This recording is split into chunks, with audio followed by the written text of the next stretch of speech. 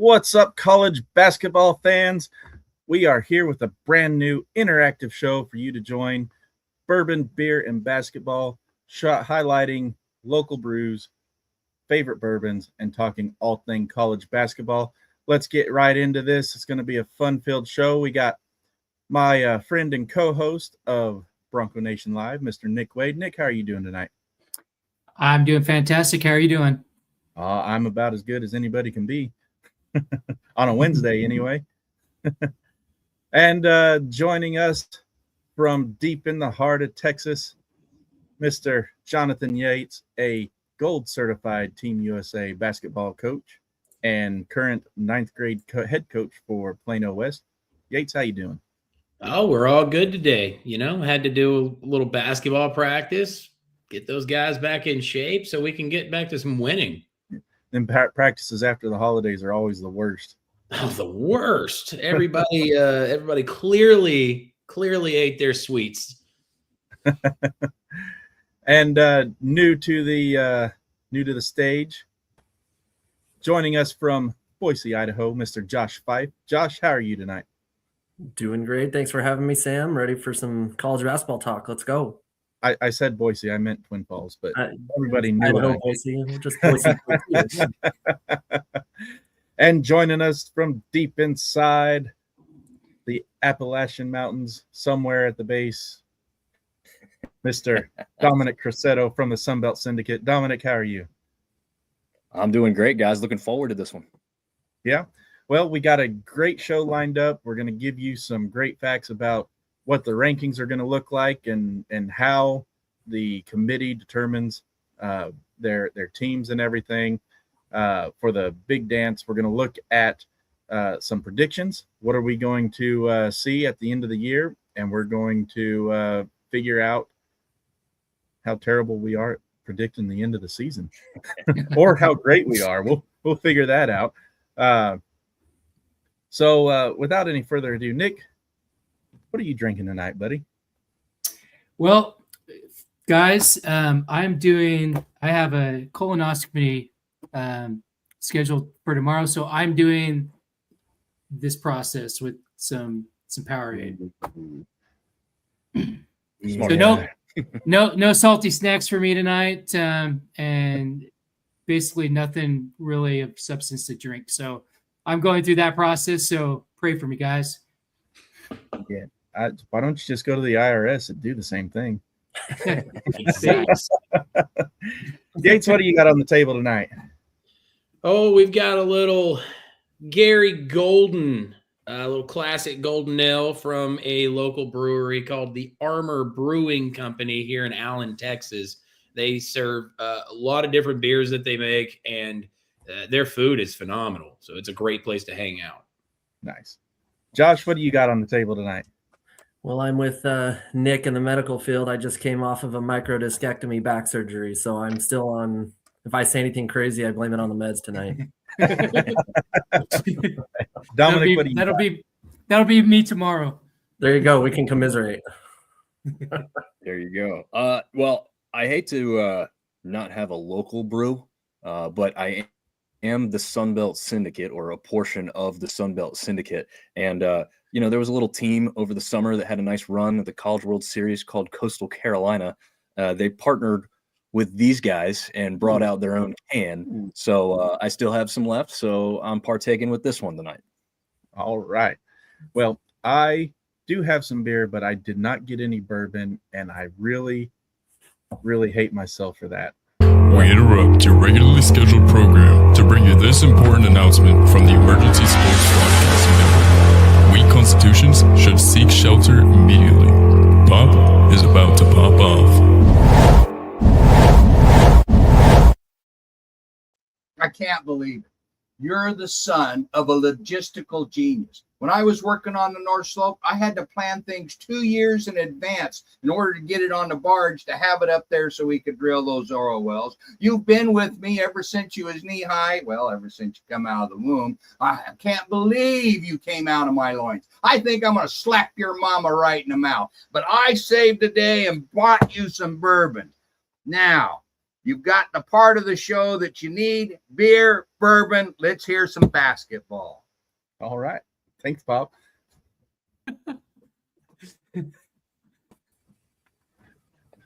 He just That might have been better than a pop off. So, I have some bourbon now. There you go. But I also have from here in Longview, Texas, downtown Longview, the Oil Horse Brewing Company. They gifted me with a 4-pack of some of their brews. We're going to start off with 1877. It's an Irish style red ale. Strong and malty, complex yet drinkable. And at some point in the night, we're going to go with the Big Inch, which I don't know how they got into my bedroom, but there we are. It's a milk stout, so that'll work. And then we have the Water Hauler is a Kolsch beer, so 4.8%. This one's a 5.3%. This one is 6.4%. And then the 100 Acres, 7.2%. This is an American IPA. I'm actually probably going to start with that one because I'm an IPA fan. So for the mic test, maybe it doesn't want me to start with this one. So to Emily, I believe her name was, at Oil Horse Brewing Company downtown, got me hooked up with this stuff. That one's for you. All right. Oh, that's good. Should have saved mine for the show. I already popped mine off. Oh yeah, I was getting out in front of it. Yeah.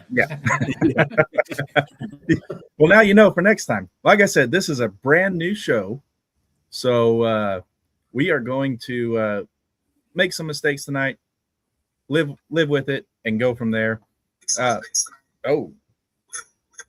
I told you all to mute your stuff, and I forgot to mute mine. So, all right. The first one's free, Sam. The first one's free. First one's free. It's a do as I say, not as I do kind of thing here. It's cool. Yeah. We got a $5 pot or anything for mistakes here? Yeah, maybe after this show. Brand new show. We're gonna make this make it work though. For all of you watching on the old TikTok, come on over to Bronco Nation Updates YouTube channel and be able to join all the fun and festivities. Be able to leave your comments and stuff and have them posted on screen. We're not great over here on TikTok at seeing everything, but we're gonna try.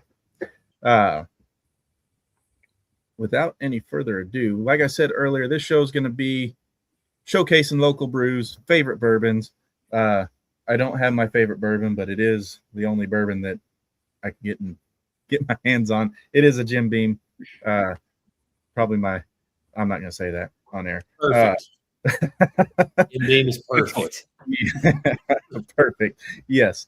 So if you see me just bringing it up but not doing anything, it's because I don't want you guys being so jealous that I have bourbon and you don't, and you only have beer or water or colonoscopy cream. So don't drink that, Nick. Don't drink that part. No, Not, away from that. it's not in the cards. But this show, it's going to be more discussion based. We're going to come in. I'm going to kind of steer the show just so everybody knows. But we're going to sit down, talk like we're at a bar, having drinks, just chatting college basketball, having a grand old time. If you have anything you want to say about it, pop over in the comment section and let's do it. It's there for a reason. This is an interactive show. Interact with us, ask your questions, and we'll have fun with it. So without any further ado, what determines the field of 68? We're going to bring Dominic in, who did extensive research on all these rankings and everything. And Dom, let us have it. What is the committee looking for at the end of the year, and how it pertains with the beginning of the season? Yeah, so I mean, the first thing that we know that's going to translate from football and past history is going to be the thought process from last year a little bit. Obviously, transfer portal NIL is helping change that. As we see with football, we have a lot of parity over there in the college football playoff this year. Will we see that type of parity when it comes to basketball? Obviously, a lot has to play out for us to really know that. We'll get into our predictions here in a bit, but we do have a number of ways that people are going to look at these teams throughout the season, and we'll start from the bottom and kind of make our way up with how these things are structured and what way they may help you out. So NABC is a regional advisory ranking system. It's not really going to be something that people are referencing. It's probably one that most people, including myself, really weren't that familiar with coming into this. But, you know, maybe early on when there's not enough to be known that they're referencing the smaller polls, possibly, you know, people have better thoughts or ideas from those types of polling systems or rankings. Then you go up, and it's not that far up, really. When you look at a top 25, which includes the AP and the coaches poll here, this is going to help shape most of the public's opinion, which will pressure some of the media members. Probably not going to pressure the coaches. Jonathan can talk on that. But, you know, it's probably going to help shape perception as we get closer, but it is not really the end all be all, right? There's a lot of other aspects that really exist in basketball that don't necessarily exist in the football realm, because football is really like based a lot more on the rankings because there's really very few differences between a lot of those rankings, whereas basketball's got a whole lot more teams. You're going to see a lot of different people rank these teams very differently, especially early in the season when you've got one team that's greatly tested, one team that hasn't played anybody just yet. You'll go up from there. Obviously, strength of schedule plays hugely into that. Just referenced it. You've got a couple teams, especially at the mid-major level, that are playing NAIA schools. You know, you could blow them out 100-22. You know, you shouldn't get credit for that, essentially, right? Then you got a Power 4 program, or, you know, it at the basketball level, it's probably a little bit different, right? It's more of a Power 6 kind of deal or situation. But if mid-major were to beat them, that's going to greatly help their strength of schedule. But then you've got something that's even more analytical than the strength of schedule, which is the Ken Palm rankings. If you're not familiar with Ken Palm, that is a literal person. Ken, and I forget the full name, but his last name starts with Palm. Yeah, right? But it's not pomegranate, but it is Ken Palm something. But he's literal genius, statistical genius. He's put together these rankings. You know, this probably started by himself trying to prove a point, and now it's gotten to the point where he is one of the experts and leaders in this field, and people continuously every single year reference Ken Palm rankings when you talk about where a school is or where a school should be, because it takes in more than just a strength of schedule. And then probably still the number one overall, because it's a little bit easier to understand than Ken Palm's rankings, is the net, because you've got this entirety of college football divvied up into 4 quadrants. So you've got quad 1 all the way to quad 4. Quad 1 is your best teams with your best records, and obviously any quad beneath them, getting a victory over them is going to mean a great deal. So I would say from top to bottom, those are the parameters that most people are going to be using in a pretty similar order to that to structure the end field of 68 once we get down to it. So what I'm getting at or noticing here is the NABC and the strength of schedule. They're kind of like the foundation, almost early season foundation. You don't really know where you're going to go as far as, I mean, your top teams, they're always going to be right then and there. I mean, almost every year, you know who's going to be good and who's not. It's that when you get outside of the top 25, maybe even outside of the top 30, and you're trying to fill out the rest of the field of 68, that strength of schedule in NABC is probably what they use to hone in on, okay, let's take a look at these guys and see where they compare, because in this region, we don't have as much of a draw in this region. Let's see if we can't get somebody else over here just so we can get the TV ratings, the viewership and stuff. Was that kind of a fair assessment? Yeah, I think so. I mean, Yeah, I mean, like I said, that was the one at the bottom, the NABC, that I was the least familiar with going into it. It's not one that I've ever really heard referenced. So looking into it, when you get into the regional advisory, right, that is kind of specific to what it is. It's definitely very regional. So I think that maybe kind of started off for some people, but then pretty quickly they move on. As soon as you have anything strong enough to use the net and the Ken Palm, I mean, that's where everyone's really going to have their eyes and ears. Yeah. Yates, you kind of don't really have to worry about that with your Razorbacks kind of sitting atop the SEC looking to make a run. Yeah. I mean, heck, we're pretty good right now. I mean, making up for that football team, right? It has to. It couldn't have been much worse. Out of all that, of how bad we were, we were still 30 points away from being a 10-2 team. Yeah. Kind of wild. Yeah. I had high hopes for Arkansas. Obviously, a little bias with Taylon Green, your quarterback. He can ever get the interception bug under control, he'd be a great quarterback. Hey, if Arkansas can start breaking hearts, we'd stop having the nickname Heartbreak Hogs, but that's what we do. So you're an Arkansas fan, SEC. You kind of follow the SEC close. Going to try and get into a background of where everybody's from and what they can bring to the table. So, what knowledge do you bring to the table from the SEC? Well, honestly, outside of maybe the Big 12, I think the SEC is the best basketball conference that is in the big majors right now. And I mean, that can be seen just from last year as well, but obviously with the portal and adjustments from that, it's hard to tell from year to year. But I mean, there was 2 of the Final 4 teams were SEC, your champions from the SEC, at 7 of the Sweet 16. So it's pretty good. I think, you look at a team like Alabama, Nate Oates does such a good job over there of getting his guys and getting them to play the right way. That is a scary bunch. But I'm a homer, so go Hogs. Yeah. Dominic, what kind of knowledge are you going to bring over there? Sun Belt area. You got some of the SEC in your backyard. How well are you going to rack up this year out of the Sun Belt? SEC, Sun Belt, it really intertwined well when it comes to the regional geography of the two conferences. I myself am here in ACC country, right? Chapel Hill. I'm in the triangle with State, Duke, and UNC, who used to think of themselves very much as the at least 2 of the most prominent teams within the ACC. So I hear a lot of that rhetoric, and obviously, like you said, because I'm kind of in that general geography of the SEC, see some of that.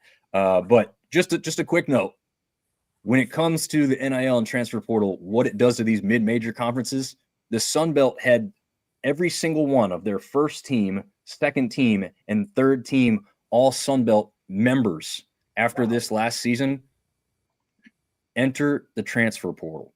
So you think football's bad, basketball may be even worse. So that's what we're up against and fighting for. So maybe the conference is down as a whole, but that's kind of what I bring to the table as far as a expertise portion of it. Yeah, you got 364 college basketball teams vying for 68 spots.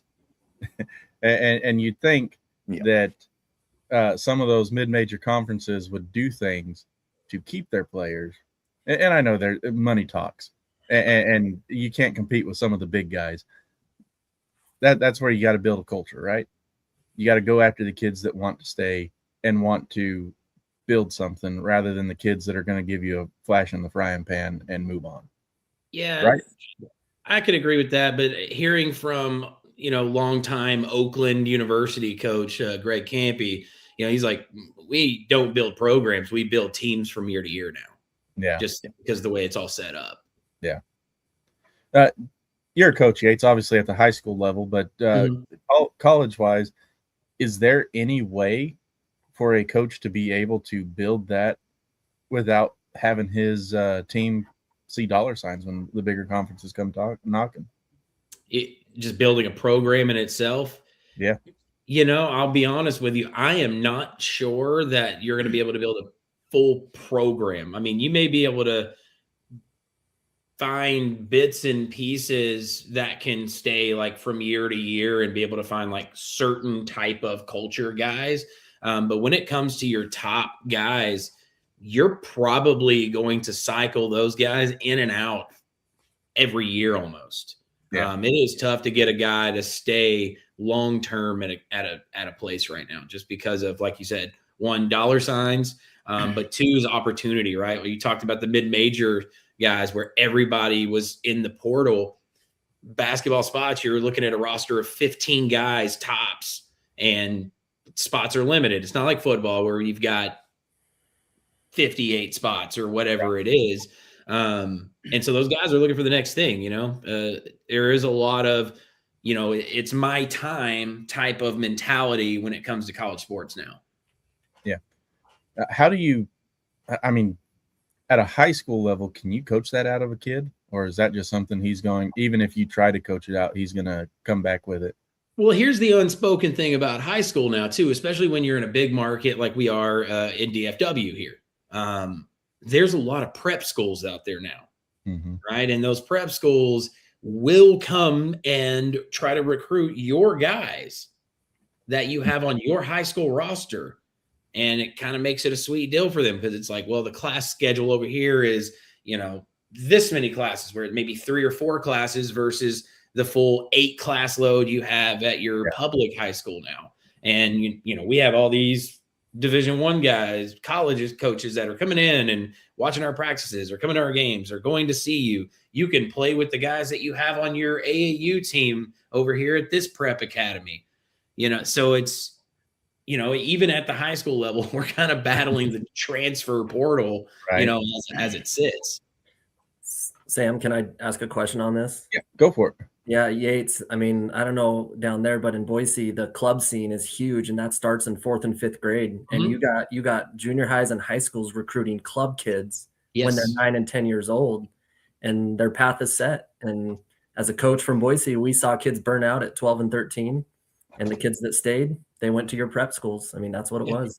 I mean, that's exactly how it goes. And then, some of those kids that have that burnout at that, young age end up coming back around, but, they're sophomores, juniors before they decide hey, I want to play basketball again.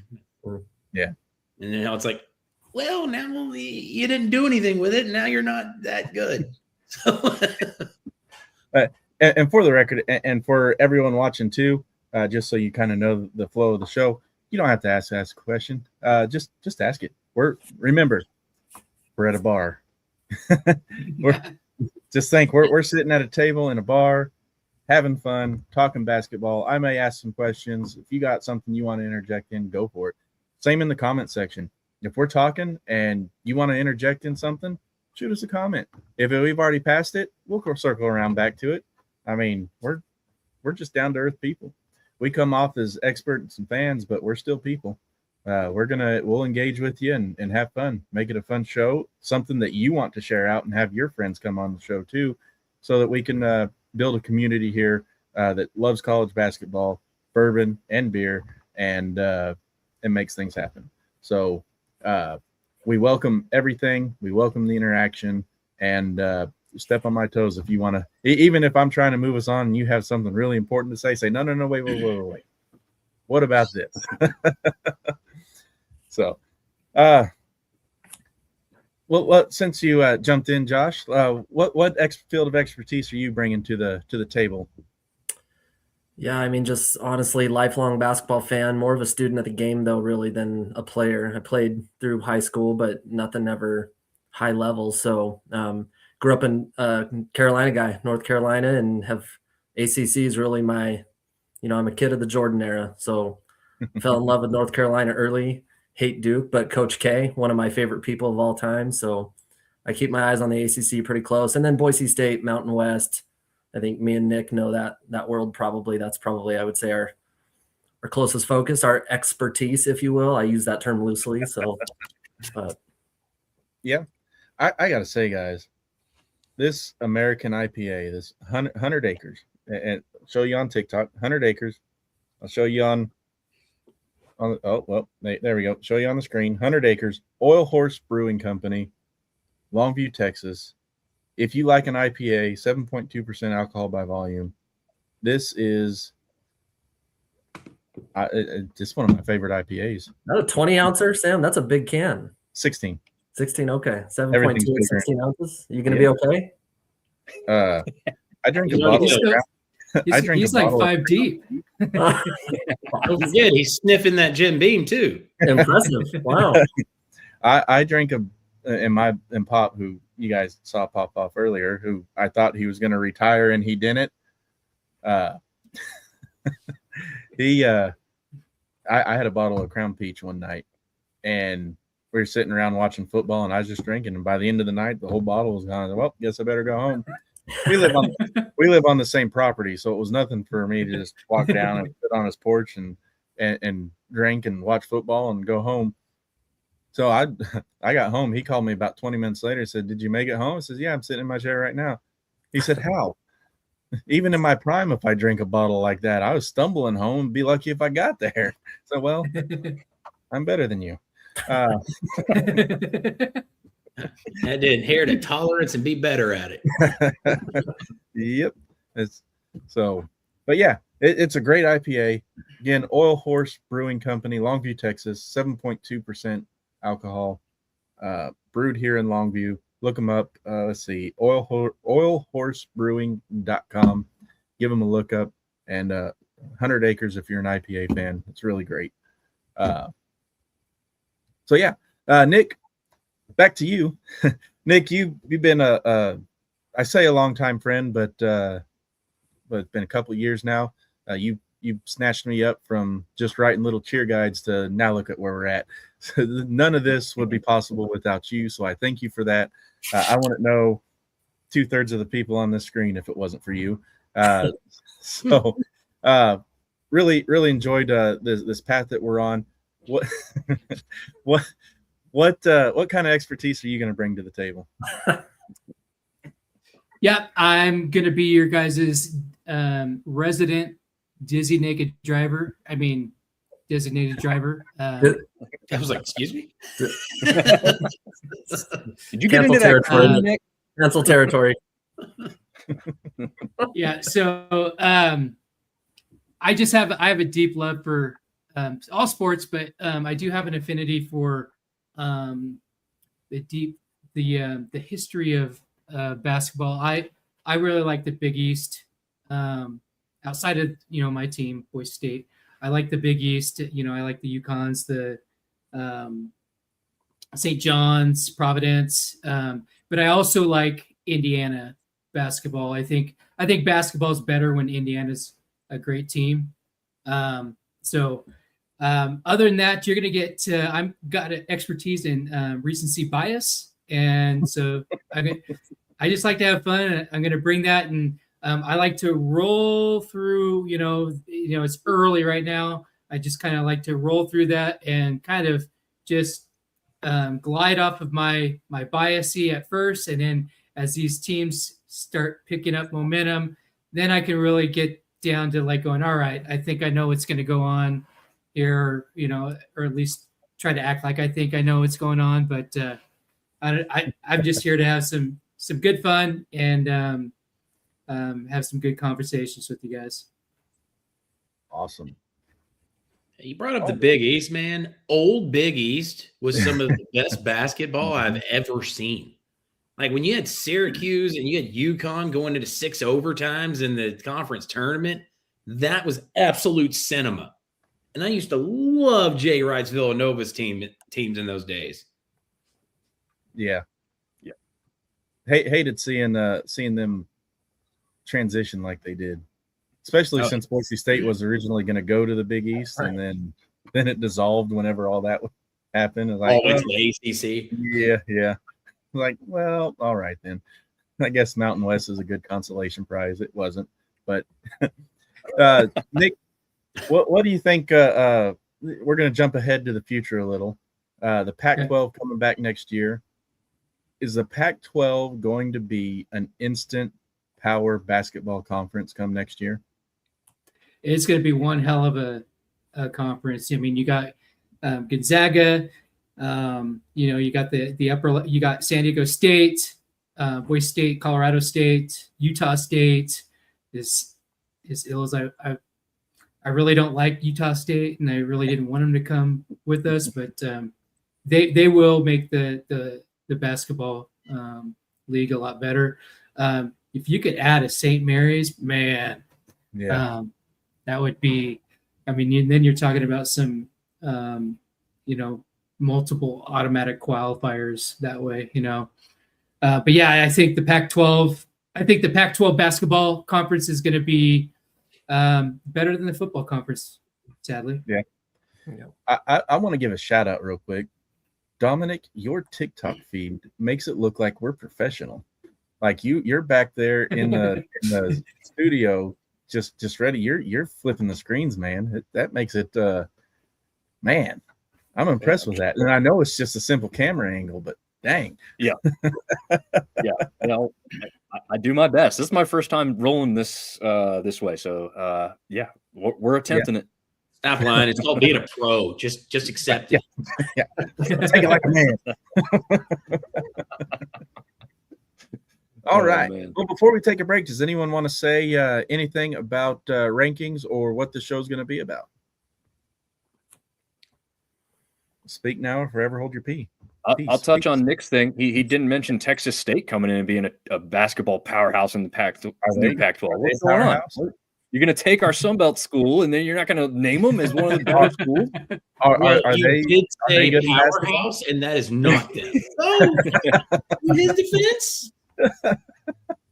Yeah, no, it's a joke. Although Texas State has had a few teams every now and then pop up and be pretty good, so it'll be interesting to see how much being in a conference and as strong as the new Pac-12 will be in basketball, if that really helps Texas State in that realm. Because I will tell you, from doing podcasts for years, the Sun Belt actually favors baseball far more greatly than they do basketball. So Texas State, as far as basketball is concerned, absolutely made the smart move for everything else. Football, I mean, at worst, I think football is a wash. And football could be a very big positive for them as well. Just depends on how everything goes. But basketball, genius move by Texas State to get over there. They're still kind of an outlier. I don't know. They talked about being an outlier in the Sun Belt. They're not really any better off as far as geography goes in the Pac-12. But I just wanted to mention that because that's a team we're losing, and you guys will be gaining. To see quite often. I think in 5 years, Texas State's going to be a problem. You guys have a much bigger population to choose from with recruiting. Yeah. And I could see them making some noise big time. And that's something. You're also Texas State. You say that, but you're also right there by the University of Texas. You're right there by Texas San Antonio. Houston's not far off. All of those little places that are right there. It's hard to get those guys to go to San Marcos when you can come to Austin, come to Houston. Yeah. But to that point, you can say, come to San Marcos. We're in the Pac-12. You have an easier shot at getting into the dance versus the SEC and the Big 12. Yeah, I mean, if they go and compete against those guys like Gonzaga, no doubt about it, you can definitely pull some other guys. Yeah, I'm just saying though, if you say, hey, the SEC, you've got 8 teams that are going to be vying for an SEC championship, and another 10 to 12 teams that are probably going to make it. The Big 12, you got half the conference is going to make it, but you're going to be sitting on the bench on those spots waiting for your chance to play, where you can say Texas State, say, listen, we want to go into the Pac-12 and make noise immediately. Come over here. And then if you, like we talked about earlier, the flash in the frying pan, one and dones, come to Texas State first. Then if you get noticed, and then go to those other schools once you're proven. That could be their because they're in that prime market, like you said. They got San Antonio, Houston, Dallas, and the Austin area that they can pull from, and then all their other. They can pull some of their old Sunbelt teammates. Say, hey, you may be over here, but you have to win your conference or make a deep run in your tournament to maybe make the tournament. Come over here. We're going to put 4 to 6 teams in the tournament in the Pac-12. Yeah, well, the Sun Belt definitely historically also been a one bid league, and that's not going to change anytime soon. Yeah. So there's some recruiting that can go on there that they can get stuff, but it's going to be fun to see how that. You also have to think. You also have to think this. The rest of the Pac-12 team, they're going to be primarily in the same pool, with the Pacific Northwest, California, and then but you got Texas State over here, in Texas. They could get the crumbs from Houston and Texas and Texas Tech and that, and it'd probably be just kind of like the same pool that the rest of us are going to be fighting over in the Pacific Northwest and California and those other spots where we recruit. So, fun fact: the Big Inch does not reference what they saw in my bedroom. The Big Inch is a big nickname. is a 24-inch pipeline that runs from Longview to eastern states to provide oil for World War II. The pipeline runs 1,254 miles and provides 350 million barrels by the end, or provided 350 million barrels by the end of the war. So that's where the Big Inch comes from. And this is a strong chocolate flavors that are balanced with caramel and coffee with a velvety smooth finish. So I think that's going to be my nightcap. That sounds like a nightcap beer. That sounds delicious. So the Big Inch, Oil Horse Brewing, Milk Stout Ale. Again, Oil Horse Brewing.com. Try saying that fast 5 times. Longview, Texas. I'm going to say that for last. We got the Water Holler, very smooth, light malt and hop characters with slight grassy flavors, perfectly paired with a hot summer and mowing your lawn. I don't think I'd ever want lawn clippings in my beer, but here we are.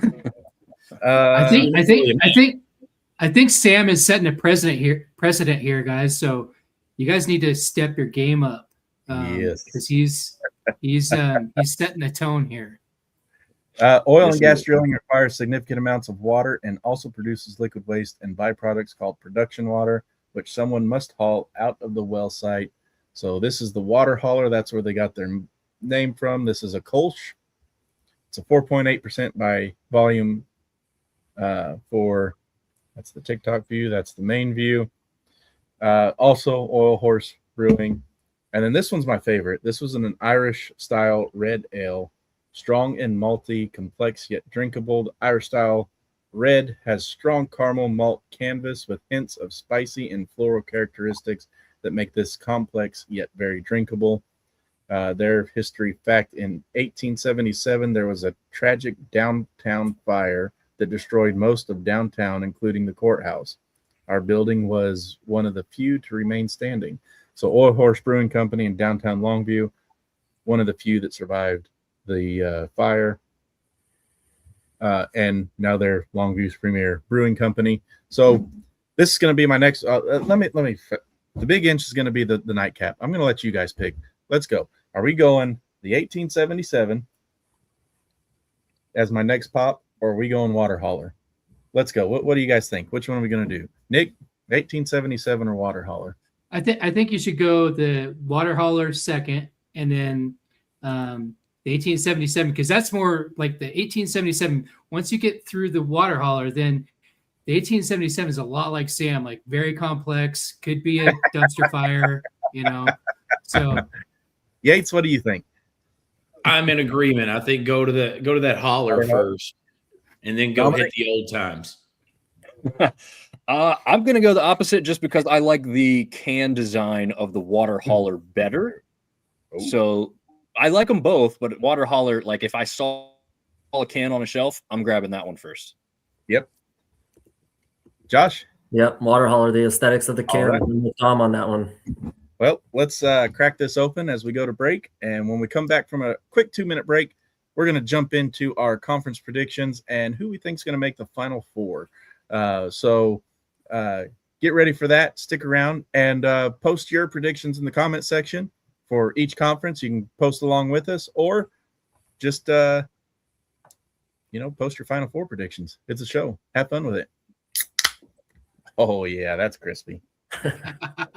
Oh yeah, I can taste the grass clippings. All right, we'll be back in a couple minutes.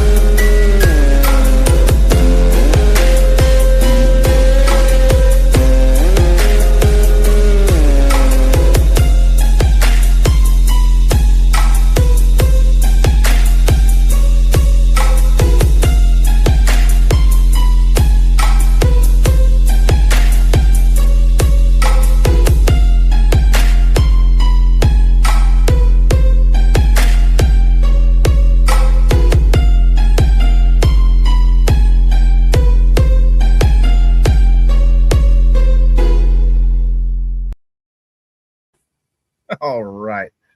Love the beer montage over on TikTok. Y'all missed that. Sorry. We got to do something for the TikTok people, right? 100%. All right. TikTok, if you're watching, go ahead and motorboat on over to Bronco Maybe Nation. something else.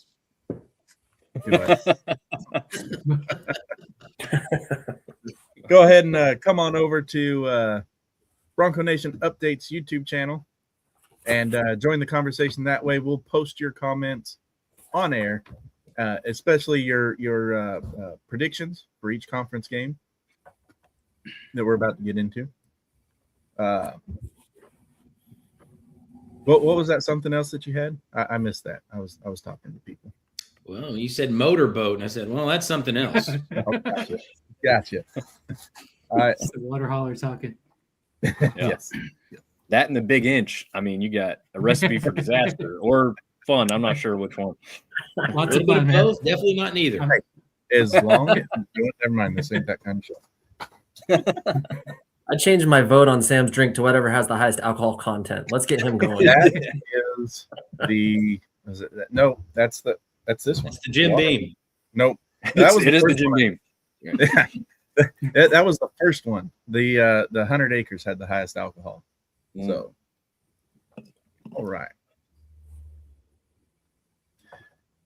Sorry guys, my computer's running a little slow. There we Dom, go. I'm kind of excited with you and your Big East throwback with UConn Providence tonight. That was, I don't know if you guys watched the end of that. That was exciting. I did not see the end of that one, to be honest. I'll keep quiet then. I won't spoil it. The team I'll won. pull it up while we're talking here. Yes. All right.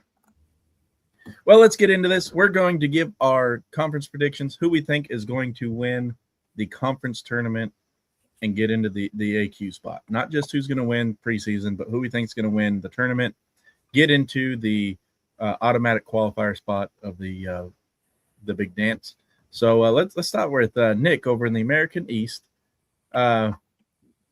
It's historically a one bid conference. Bryant has, I think, the last couple of years has been the favorites there.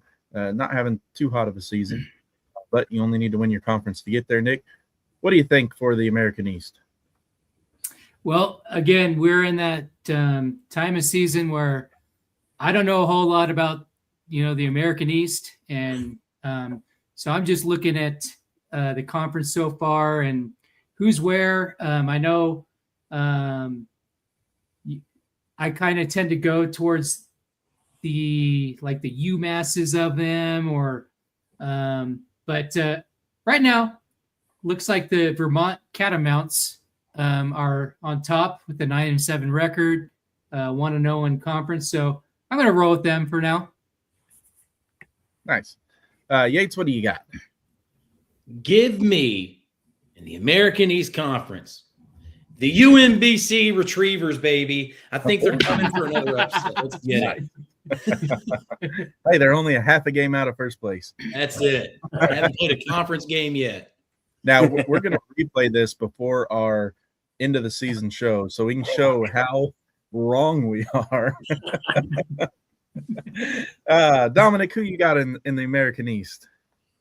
Well, kind of like Nick, how much have we seen these teams at this point in time? Not great. But I'm going with the historical team that has kind of dominated this conference, which is Vermont. They always seem to be dangerous at the end of the year where it becomes the most important. Obviously, when it comes tournament time, you have to win on the road. None of the teams in this conference have really been great on the road, but Vermont does have 4 wins on the road compared to everybody else who, 2 of the teams are sitting with just 3. Everybody else is like 0, 1. So, I got to see a team that can win on the road, and that's Vermont. So I'm going to stick with those guys. Yep. Josh, you concur? Yeah, I don't know. Over the last few years, I've really become a pretty big buyer of KenPom, and they are looking the highest out of all the teams in the AM East. KenPom, they're number 110 offensive rating. So anybody in that near top 100 range is going to have a good offense. It's probably what they need. So we'll go Vermont.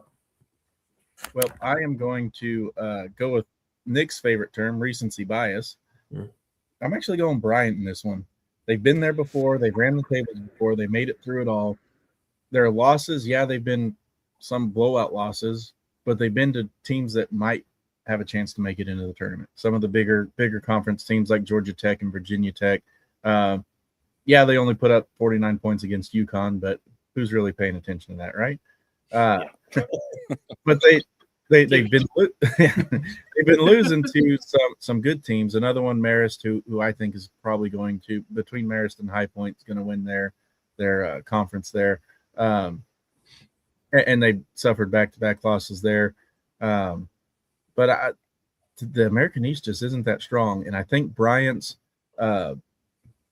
their experience might bring them to like I said, all you got to do is win your conference, and I think Bryant has the ability to do that if they can get past Vermont. I think I like Yates' best. UMBC. That's one of the greatest nights of college basketball ever. Yeah, it was. All right. Moving on to a little better conference, the American Conference. Are they in a position to avenge their dismal college football playoff start? Yates, let's start with you first. It's always a tough one here. You want to go Memphis, but they haven't been great this year. Instead, I'm going to go with the Temple Owls. That's my prediction. Nice. Josh? Yeah.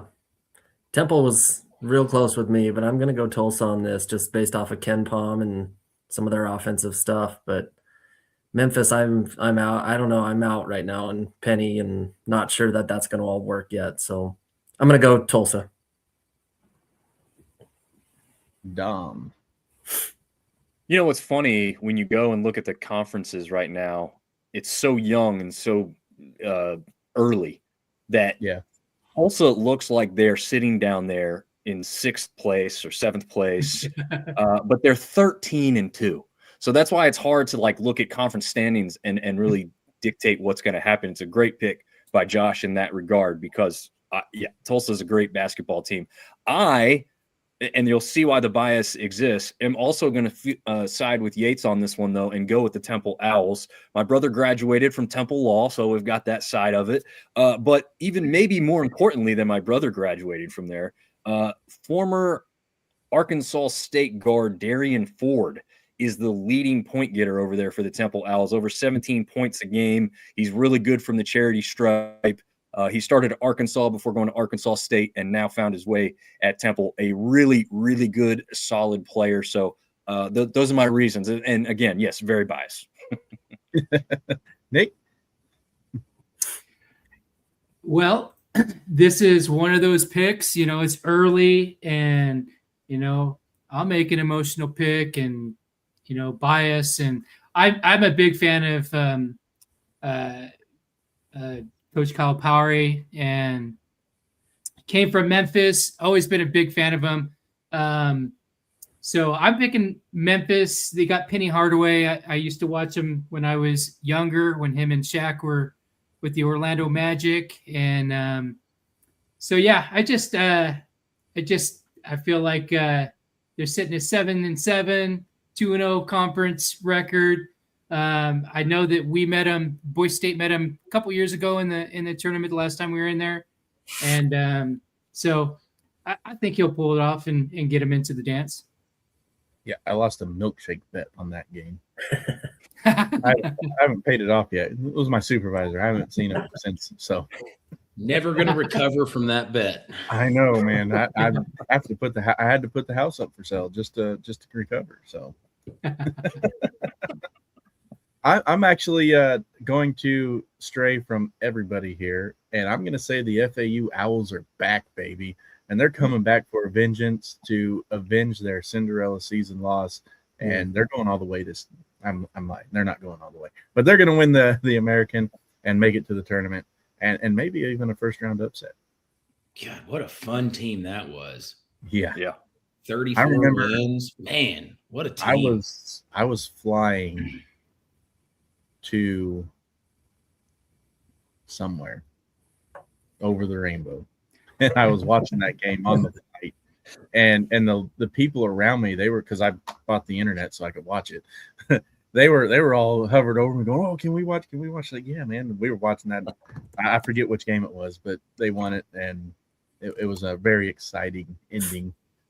I could look it up if I wanted to. Are you sure that wasn't a commercial that we've been watching about the people that are sitting in the airport and they're hovering around his iPad and they're so happy that they missed their flight?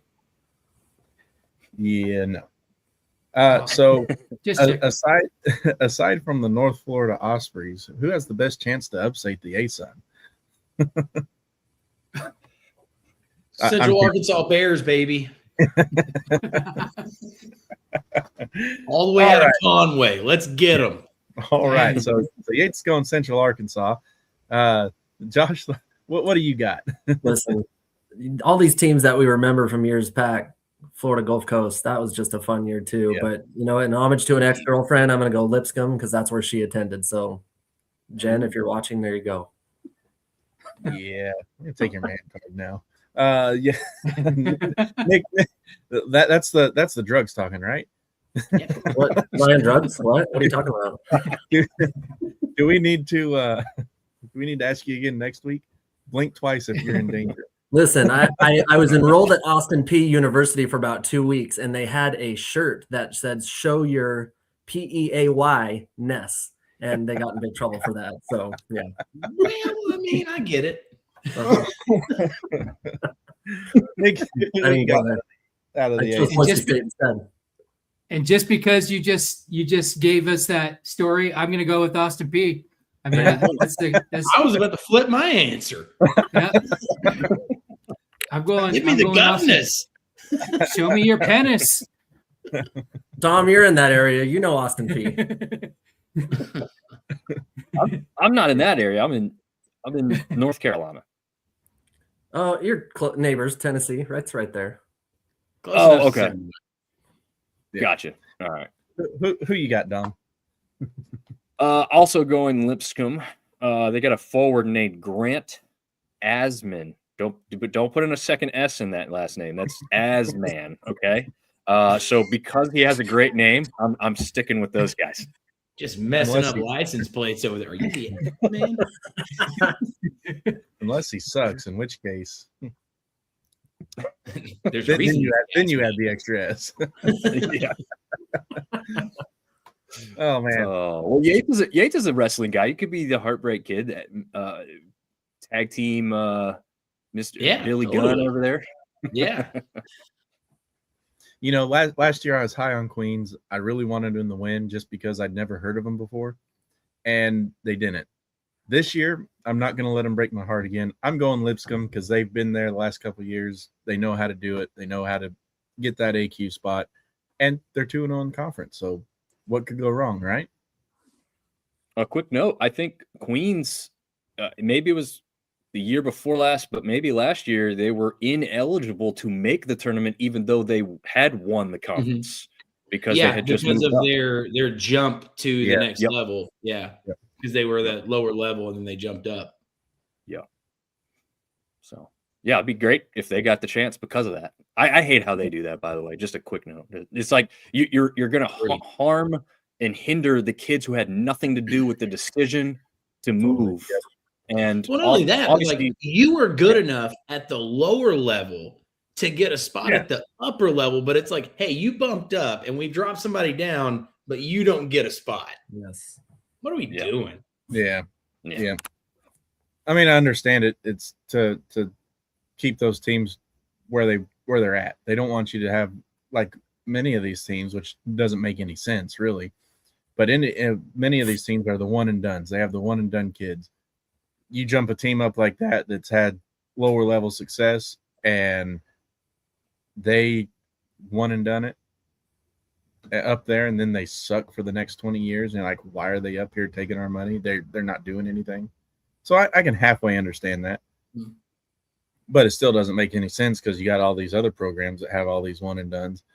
I think the Nils, not just in football, but in basketball, across all college sports, is going to really level off the playing field. Now that everybody can afford to, or not afford, but everybody can legally buy their players, you're going to start seeing a bunch of power shifts for schools that played by the rules.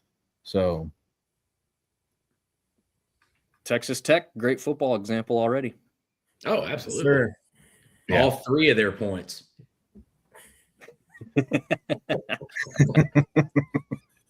Okay, a better example, Indiana. Did Texas Tech put 3 up, or were they shut out? Alabama put 3 up. Tech was shut out. Whatever. There was not a lot of points by some of those teams. No. Is anybody else having a conundrum on rooting for Ole Miss or not? I don't know what I'm doing with them. I am not rooting for Ole Miss. I don't I'm know. an Arkansas guy, not an SEC guy. Fair, totally fair, Yates. That's fair. As long as I'm Lane's rooting gone, I'm for- okay pulling for him. I am not rooting for the SEC. So Amen. Miami. We're all big Hoosiers guys here right now. Yes. Yeah, exactly. All right. Or Oregon if they win. Moving on to the A10, I actually think these guys have a chance to get 3 or 4 and even some bid stealers. It's a deeper than normal A10 conference this year. I think everyone can halfway agree, and even if you don't, it's my show. I don't care. But Dominic, what do you think about the A10 this year? Do they have that ability to and the resumes to be able to get 2, maybe 3, possibly even 4 if they get a bid thief?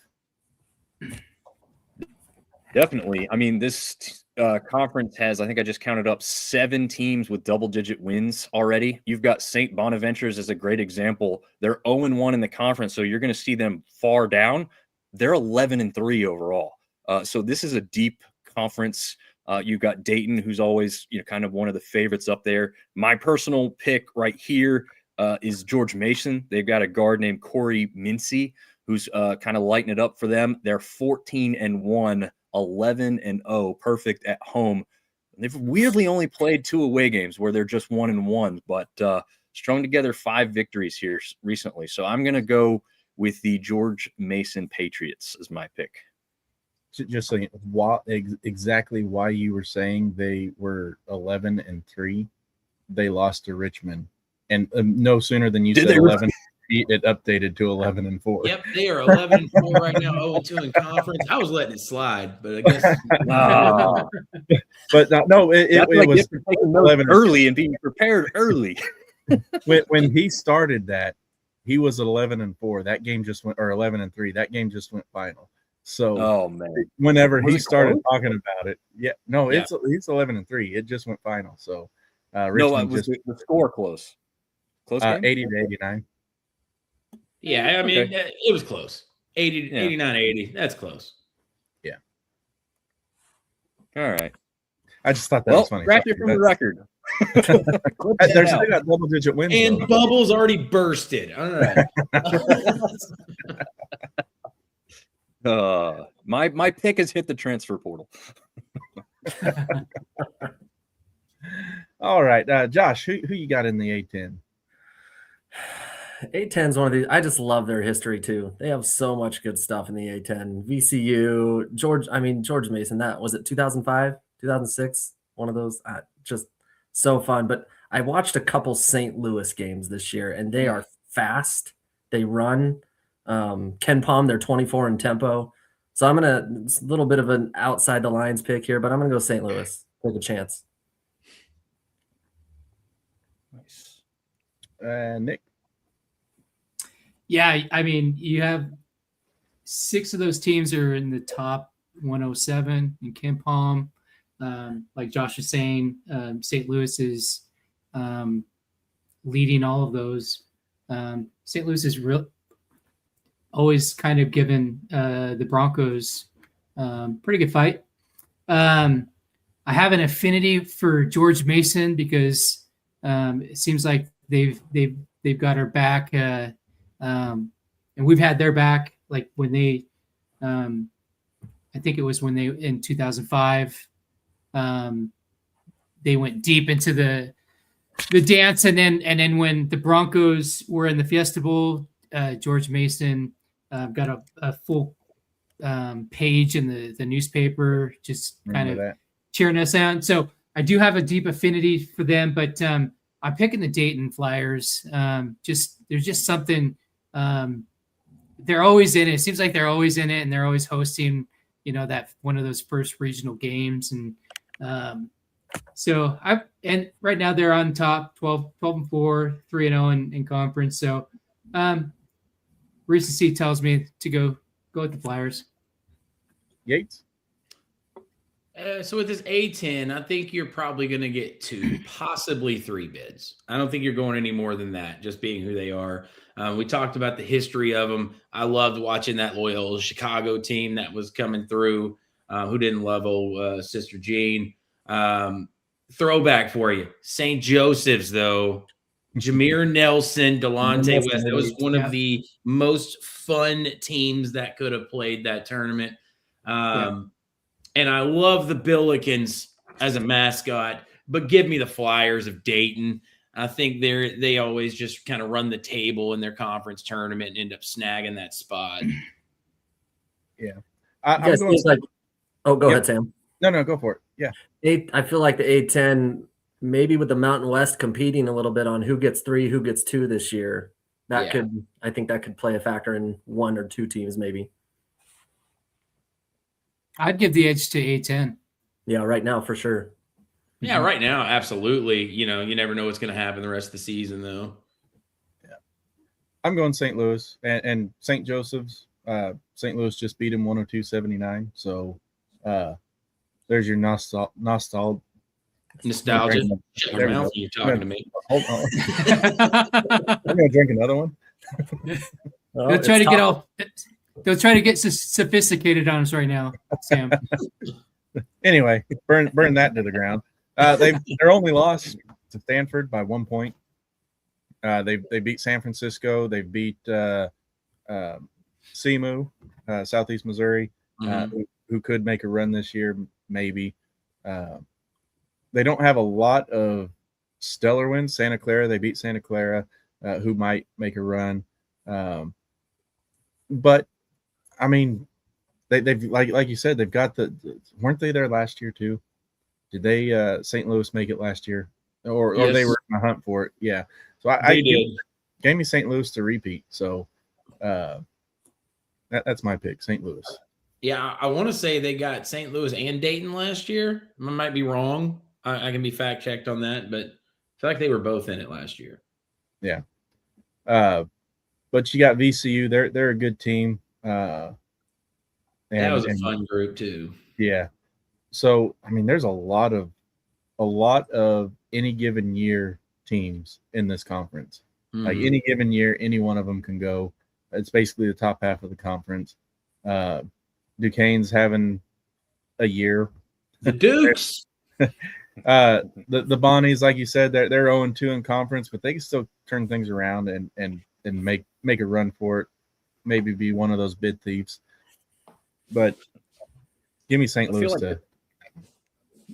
I feel like this conference is built well for basketball. I mean, there are some teams that have, FCS, 1AA football, but most of these teams can put a lot of money towards their basketball program and focus on that being their driver for the university, marketing and advertising wise.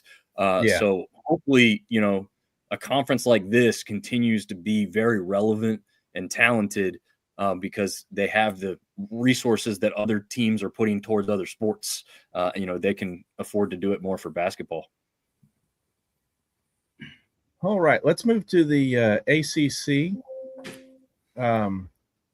Duke, next question. Yep. I was about to say, who's got the best chance to upset Duke? Nick, what you got? Yeah, I'm sitting here trying to think of how to not pick Duke. And the only thing that I can think of is I don't know, man. I don't know. It's going to be Duke. Yeah. Yeah, I feel like it's going to be Duke. If it's not Duke, then maybe Clemson or Miami, but I'd root for Notre Dame. That trip to South Bend for me changed me in many ways. So I root for Notre Dame now and a little bit harder than I used to. But it's got to be Duke, man.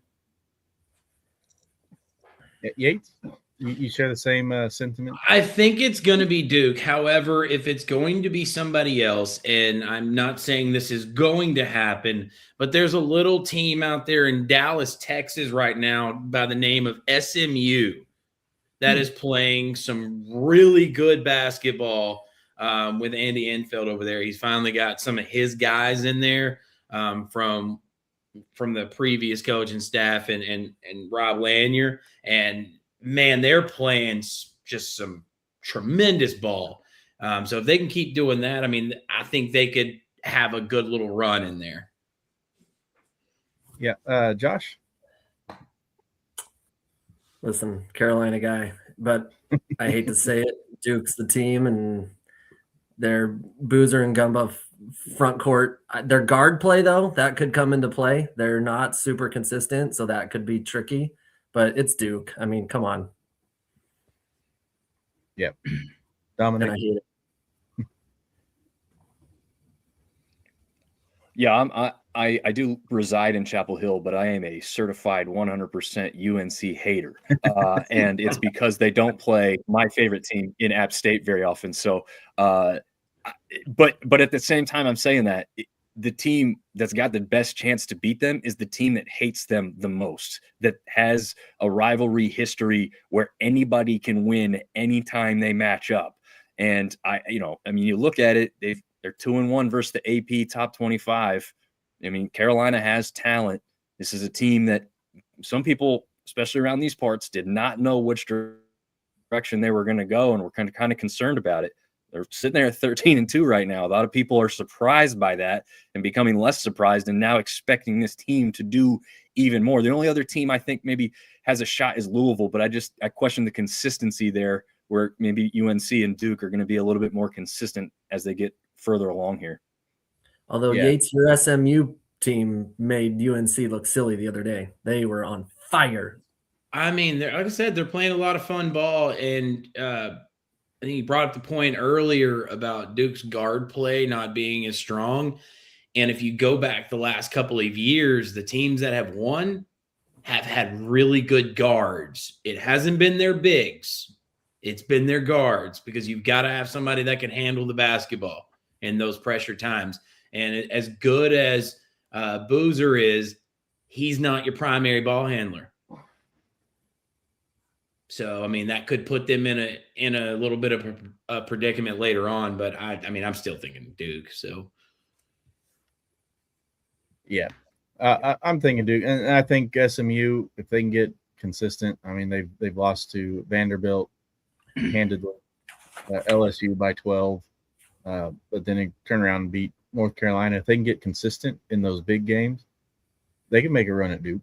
I could see that 100%. But like everybody else here, I think the Duke is run by, or the Duke is run by the ACC. We have another. The ACC is ran by Duke. North Carolina, the only way they're winning is if that rivalry just kicks in and they show up for that game. But I think Duke's got the lock there. They're gonna make another deep run in the tournament too. I mean, right now Clemson is up 7 on SMU at the moment. So, yeah, I have a hard time rooting for Clemson because they were number 2 in my football poll, my preseason football poll, and then they crapped the bed. So they're on my shit list for basketball. Look, man, we're in the transfer NIL area. You can't go with Clemson with somebody trying to do the right thing over there. Get out of here. They had the highest ranked consistency out of any team. And I thought that brotherhood, that consistency would translate to success, and it does not. Clemson has proved it does not. Transfer portal transfers to success. The Big 12, I think this is probably, and Yates is going to disagree because he's an Arkansas guy. I think the Big 12 is probably the deepest conference in the NCAA right now at this moment in the season. They got 2 undefeated teams in Iowa State and Arizona, not Arizona State, in Arizona. And you got Houston, who is 1 loss, Houston and BYU with only 1 loss. I wouldn't be surprised if the Big 12 has all 4 of those teams in the Elite 8, to be honest with you. They're playing good basketball. They're playing sound basketball. Discuss. Single team under 500. Sorry. Go ahead. You got it. Yeah, no, not a single team under 500 in the whole Big 12. Yep. Unreal. To be fair, there's not a single team that'll finish 500 in conference or below 500 in conference play. So, or let me rephrase that. The Big 12, hold on. The Big 12 won't finish below 500 in conference play. I was like, somebody's going to be under. Unless they all just beat each other when they play each other once, right? Yeah. I love that that guy that said that and then he got chastised for it. So look at it. Someone's got to win. Someone's got to lose. Not a single not a single conference will finish above 500 in conference play. Huh? Who knew? True. Yeah. Weird. But coming in, yeah. Arizona, man. Yeah. Jaden Bradley, that dude is a game manager. He's amazing. Yates, who you got? Man, Arizona's good. Those Cyclones out of Iowa State are good, but give me the Cougs out of Houston, H-Town. Only lost 3.1. That team is tough, right? It's just the way they play. It's just the way they're coached, man. They are just constant, physical. Yep, 3-point loss to Tennessee is their only loss. So they play that game again. Houston probably wins. Probably so. It's probably one of those they beat each other back and forth. You know. Mm-hmm. That sounded terrible. Nick, who you got? What did you say? Nothing. Okay. He said, "Take another drink of your drink your Powerade." Yeah. drink your colonoscopy milk. Cream, colonoscopy cream. There it is. It sounded worse. That's a hard pass on that. All right. We're gonna have fun in this show.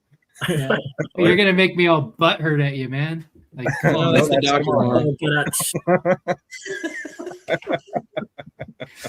Um, Oh, if it's not John Calipari, I'm always rocking with Kelvin Sampson. I mean, his teams are always just like him, and he's a tough SOB, and that's why if they're in the brackets, I'm usually rolling with Sampson.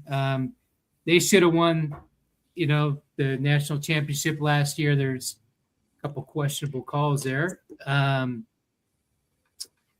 But I'm a believer in the Cougs. I'll probably be taking them very high in there, with my brackets. If they continue to roll as they have been for, I don't know, it's been like they've been rolling for like 3-4 years, seems like, or even longer. That's the Big 12 looks like it's a real deep conference here. Arizona is always up there, and BYU's having a strong showing this year. So, but I'm gonna, again, I'm going with my recency bias, and it's the Cougars. I absolutely hate BYU, but their only loss this year is to I had it and I lost it. Purdue. UConn by 2. Their only loss this year is to UConn by 2. Then you look at Iowa State. Their only win this year is Purdue, or their only big win this year is Purdue, and they wiped the floor with them. And then you look over at Arizona, and Arizona not only is undefeated, but they have the wins to back up their undefeatedness. Mm-hmm. They've got wins over Utah Tech. I'm kidding. they got wins over UCLA, UConn, Auburn, Alabama, and not just close wins. They beat Alabama 96-75. They beat Florida 93-87. That's probably a close win. Yeah, it's a close. Yeah. UCLA, probably their closest win at 69-65. UConn, a 4-point win. So, but they're beating these SEC teams like they're mid-major teams. And I don't know. Just give me Arizona, man. They're proving it. They're live right now against Kansas State, and they're up 51-36. Granted, Kansas State ain't a good basketball school anymore, but still. I got Tang. So give me Arizona. I mean, it was really hard for me to pick Arizona over Houston because I'm in Texas. There might be a little bias there. But they found me, guys. I hear the sirens. They're off in the distance. I've been You went against Texas, and you know how we're a cult. Yeah, give me Arizona in the Big 12. But I think the Big 12 is probably comparable to any other team. They're going to have a lot of teams in the tournament. Oh yeah, absolutely. The Big East. Let's go. Who wants to start us out on the Big East? I'll let you all decide. Raise your hands. well, hey, you didn't get my pick. Let me give you my pick. It's UConn. Oh, Move oh. on. Did I not get you, Dominic? My bad. Go for it. I'm going to mute No, my mic it's while these sirens go by. All right, there you go. All right, so I'm no surprise. I'm going to go with Arizona as well. Josh mentioned Jaden Bradley as being a great player. Well, there's 2 guys who score more points than him currently on the court, but all 3 of them play over 27 minutes a game. So when you've got 3 guys who can go, forward, Pete and Braden Burries, I mean that it's just like you're 3 deep. That's better than most teams who've got like maybe 2 guys. at this level who can compete like that. When you got 3, also just a note, this will be my last thing, but Big 12, the only conference with 4 teams within the top 10. Those 4 teams also are all unbeaten for a combined 46 games in a row now. Man. So, yeah, the Big 12 is exactly who everyone said they were going to be, and the best basketball conference in the country right now. Dom, I'm going to piggyback on your stats here. I did my own little research here. Arizona's got 6 guys with double digits. 5 of them shoot 49% or better, and nobody averages over 30 minutes a game. Unreal. Yeah. That's deep. We'll take a few of those. Yeah. If I forget to go to somebody, do what Dom said. Say, hey, you forgot me. Don't go on yet. Because there's a lot of you on my screen. And the more I drink, the more of you show up. There's like 10 people in there. We got a good 12 of us out there right now. All right. If you're watching on TikTok, hop over to YouTube. Bronco Nation updates on YouTube. You can see the whole show over there. Otherwise, you just get our faces. And if there's an echo, you get an echo too. We'll have to figure that out. But yeah, Bronco Nation updates on YouTube. When you get to YouTube, subscribe, and you can leave your comments. Let us know what your predictions are. Let us know who you think the Final Four is going to be. All right, now let's move on to the Big East. And Yates, why is it going to be UConn? Because they're better than everybody else. Next question. All right. Josh, why is it going to be UConn? Because it's UConn. Although I won't spoil it. Sorry, Dom. Never mind about the Providence game.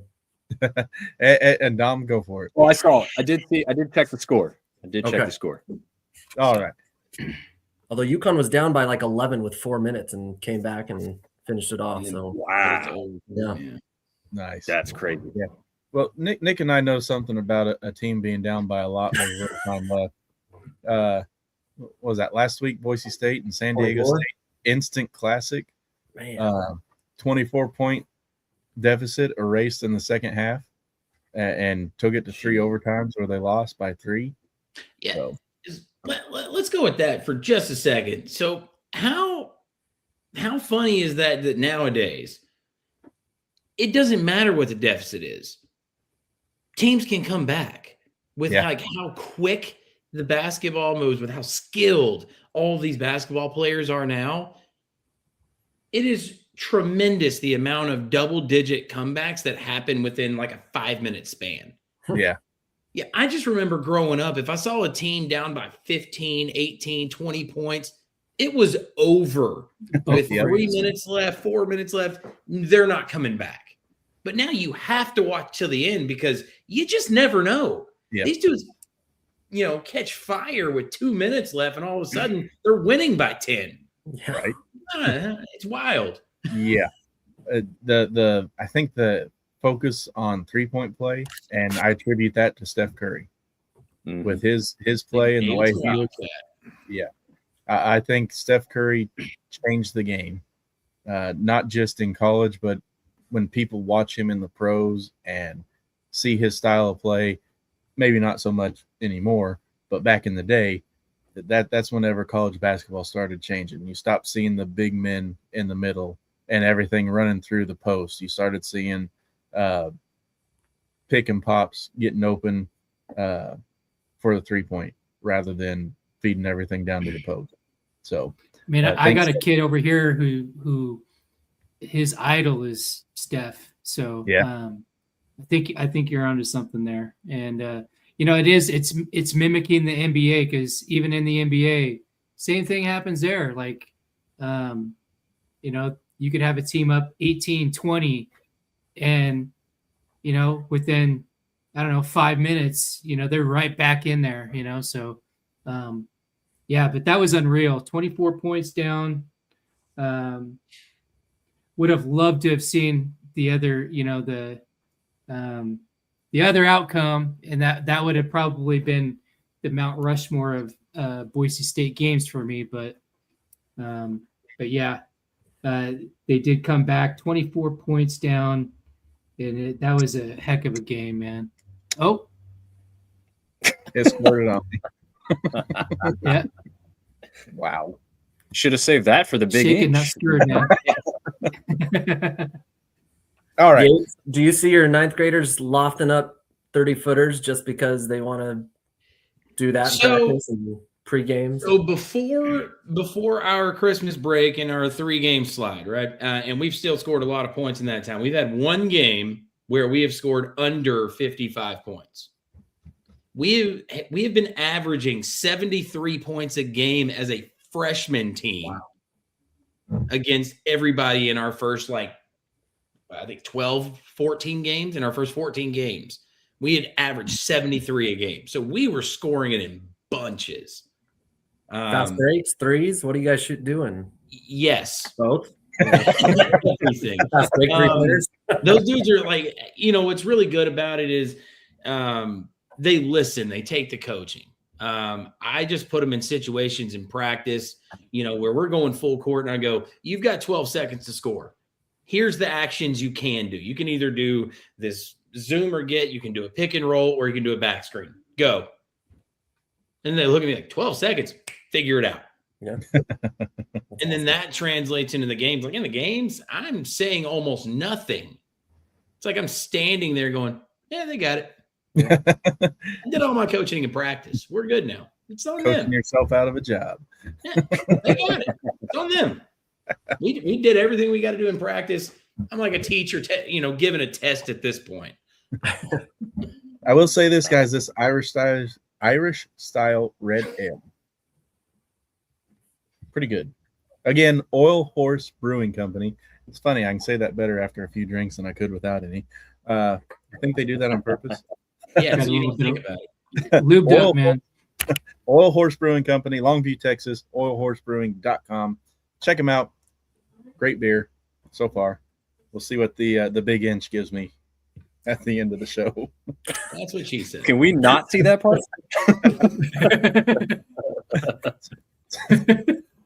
That's what Nick's going to see tomorrow. Oh, I hope not. All right. Let's get through this. So, We're all in agreement. UConn's winning that one. Let's we're coming up on needing to rush through these a little. So real quick, let's do some rapid fire till we get to a main conference. I'm just going to go through each of these, and we'll touch on these conferences in depth in future shows. So don't fear if you were just rushing through your conference. We're going to touch on some of these smaller conferences more in depth on future shows. So like, subscribe, follow, do all the things.com, and we'll get your stuff. So, but we're going to go rapid fire. I'm going to go in. I'm going to say the conference, say the name, give me who you want. We'll get through a chunk of these real quick. Big Sky, Yates, who you got? Grizzlies, Montana. All right. Josh? I'm going Idaho State. Ooh, Dominic. I'm going to go with the FCS champions, Montana State. Bob.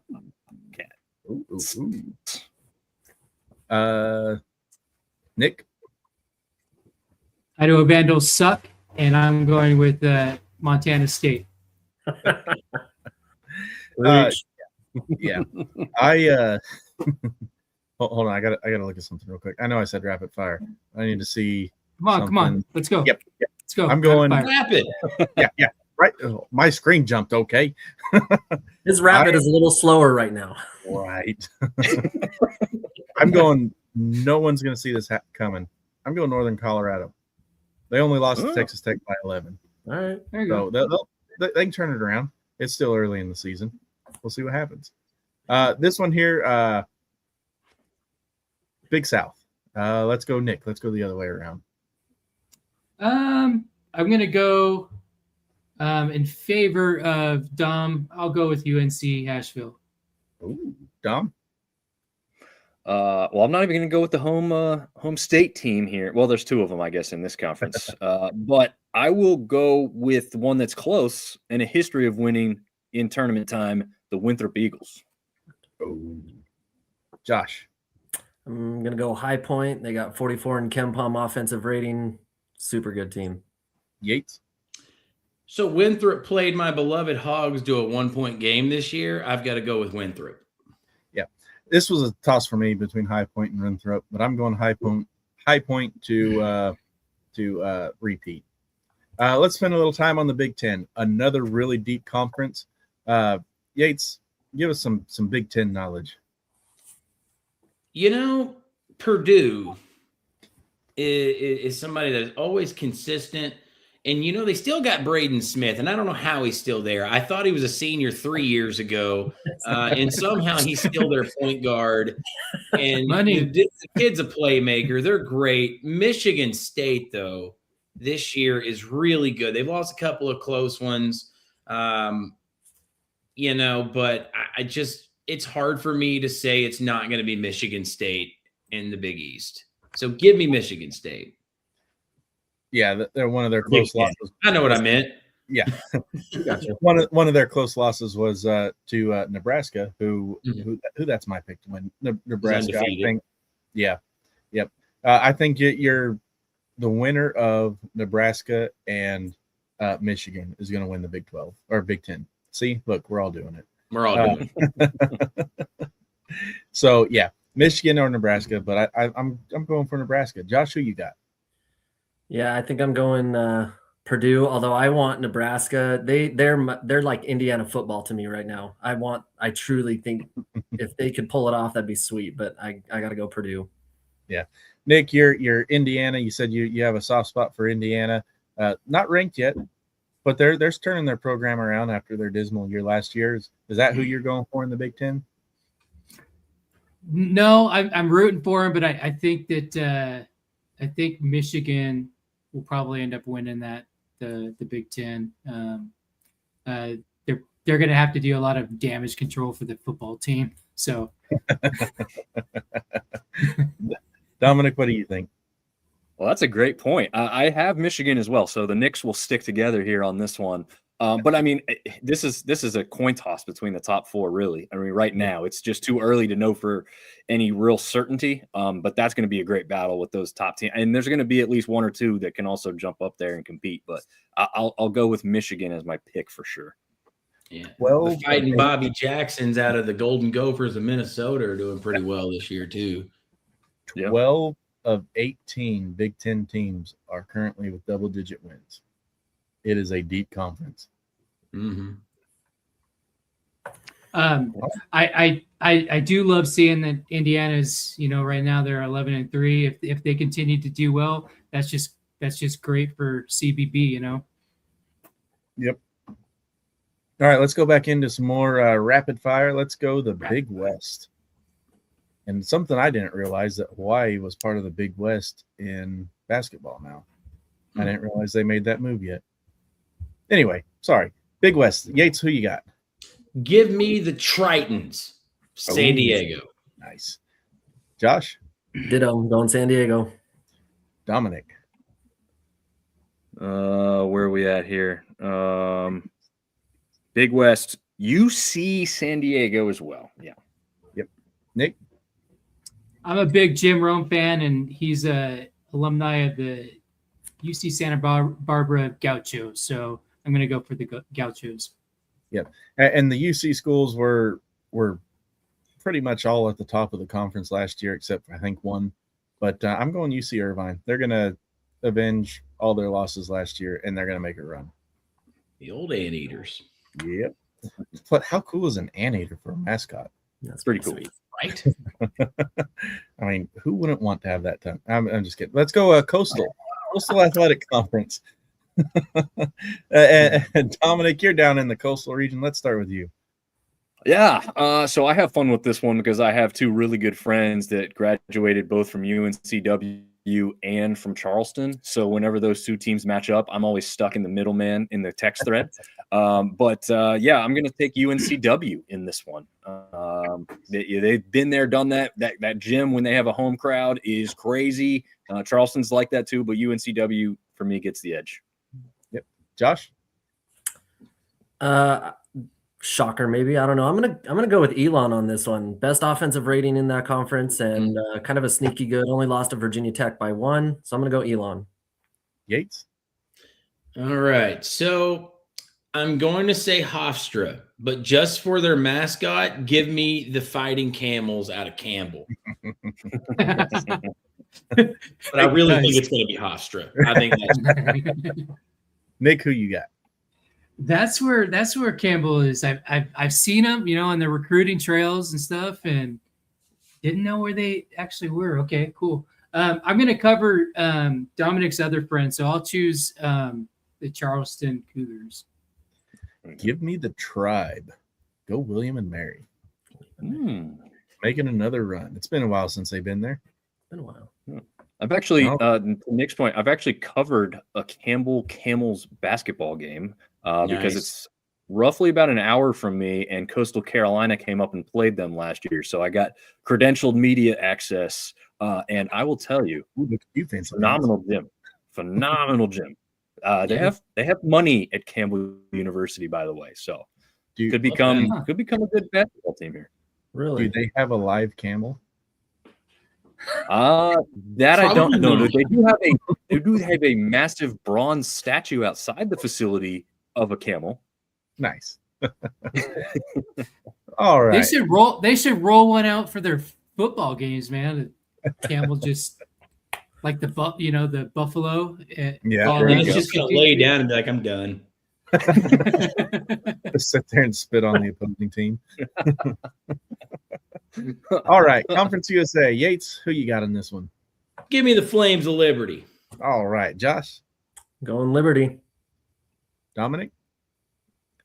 I'm gonna go out on an outlier, maybe MTSU. I don't hate it. Don't hate it either. Nick. I'm gonna go Florida International. Ooh, the other Florida team. I'm not picking the other Florida team. I'm going Missouri State. Give me the Bears. Don't hate that either. Good. I do want to give Dom some props on the MTSU. They only lost to Houston by 9 this year, so they've got some talent. Yeah. Horizon League. Let's go, Josh. Oakland, baby. Oh, one of those teams that always finds a way somehow. Yep. Dominic. I'll make it easy. I'm going with Josh on this one. He gave me props. I'll give him. I'm going to Oakland Grizzlies. Nick. Yeah, Oakland's always been a force, so I'll go with them too. Yates. Love Greg Campy in Oakland, but give me Wright State. Oh. Wright State. You can never go wrong if you go right. That is correct. My screen just jumped on me again, fellas. I promise it's not me. It's my computer. But I'm going guard Brody Robinson. Keep him in your mind when tournament comes around. Give me the Norse from Northern Kentucky, because come on, Vikings. There you go.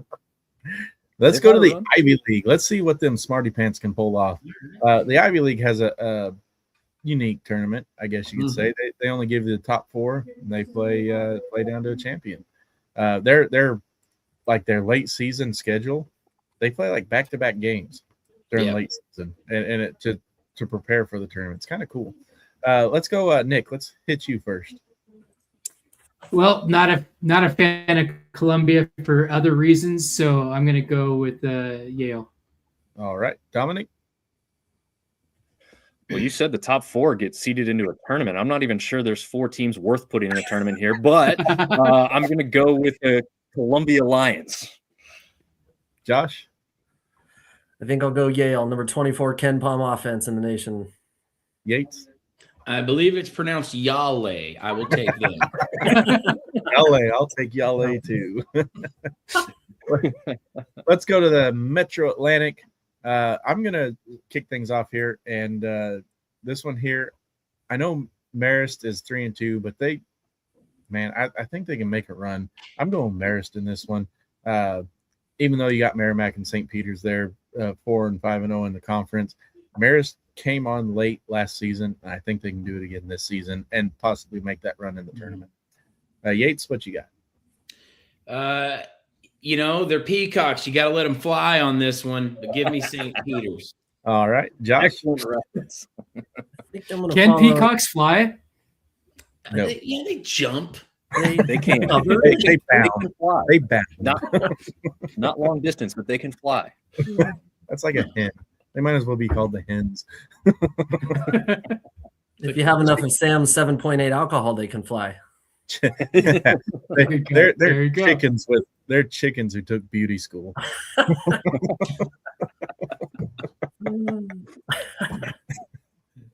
Yeah, I'm gonna go. Where I'm are gonna go we? Marist, number 29 defensive rating in Ken Palm, number 300 though offense. So I don't know, but we'll go with Marist. Defense wins champions. Dominic. Yeah, I don't think you can take your eyes off Iona, right, with what they've done in the past. But they are 2-3 currently in conference. So for that reason, I'm going to favor the 5-0 Merrimack Warriors. Yeah, I had a hard time with this one because everything in my body said pick Merrimack, but I got a soft spot for the Red Foxes. Nick? I can't say that sober, but I'm taking the Bobcats. I don't know how to pronounce that. Quinnipiac. Quinnipiac. Quinnipiac, baby. There you go. All right, let's go to Go the MAC. Bobcats. What you got in the MAC, Yates? Oh, the MAC. What a lot of good times we have in the MAC. Give me Buffalo. Ooh, Buffalo. Josh? I really want to root for Miami, Ohio, but I think I'm going to go Akron this year. Ooh, that's fun. Dominic? Yeah, I mean, Akron, Toledo, Kent State have all had kind of some runs here, but Miami of Ohio, the Red Hawks seem to be very consistent. A perfect 16-0. It's hard, 6 games on the road, they've won them all. So I'm going to go with the Red Hawks. Nick? Yeah, I'm gonna go with Akron. I feel like they're kind of like the Dayton Flyers, so I'm going Akron. Akron has a guard, Akron. Tavari Johnson, another name to remember. Kid is insane. I'm going with the other M school, the other undefeated M school. You got Miami, Ohio, and you got Michigan. They're going to be playing for the national championship. You heard it here first. Just kidding. If you think I'm serious, give me Miami. All right, let's run to the Mid-Eastern Athletic. Josh, why don't you kick us off on this one? Yeesh, man. This poor little conference, dude. Whoa. Howard, I don't know. Howard? All right. Dominic?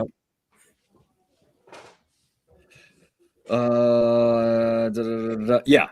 So I am down the street. NC Central is right down from me in Durham, but I can't do it. I'm sticking with Josh's pick and saying Howard as well. Nick? I feel like this conference was something that the Big 12 and the Big 10 dipped into in their non-conference schedule. So, man, that's rough, man. None of them have winning records. Woo. Yep, Howard does. Yep. Okay. One. Yeah. Yep. One. There's one right there. So, let's see. I'll go for Norfolk. All right. Yates? Maryland Eastern Shore. Yes. That's who I was going for. They were terrible last year. And to see them at 5 wins already and 1-0 in conference, let's do it, baby. What a turnaround. Yes. Let's go to the Missouri Valley, Yates. Keep it up. The Missouri Valley, there's always a lot of fun teams in there, but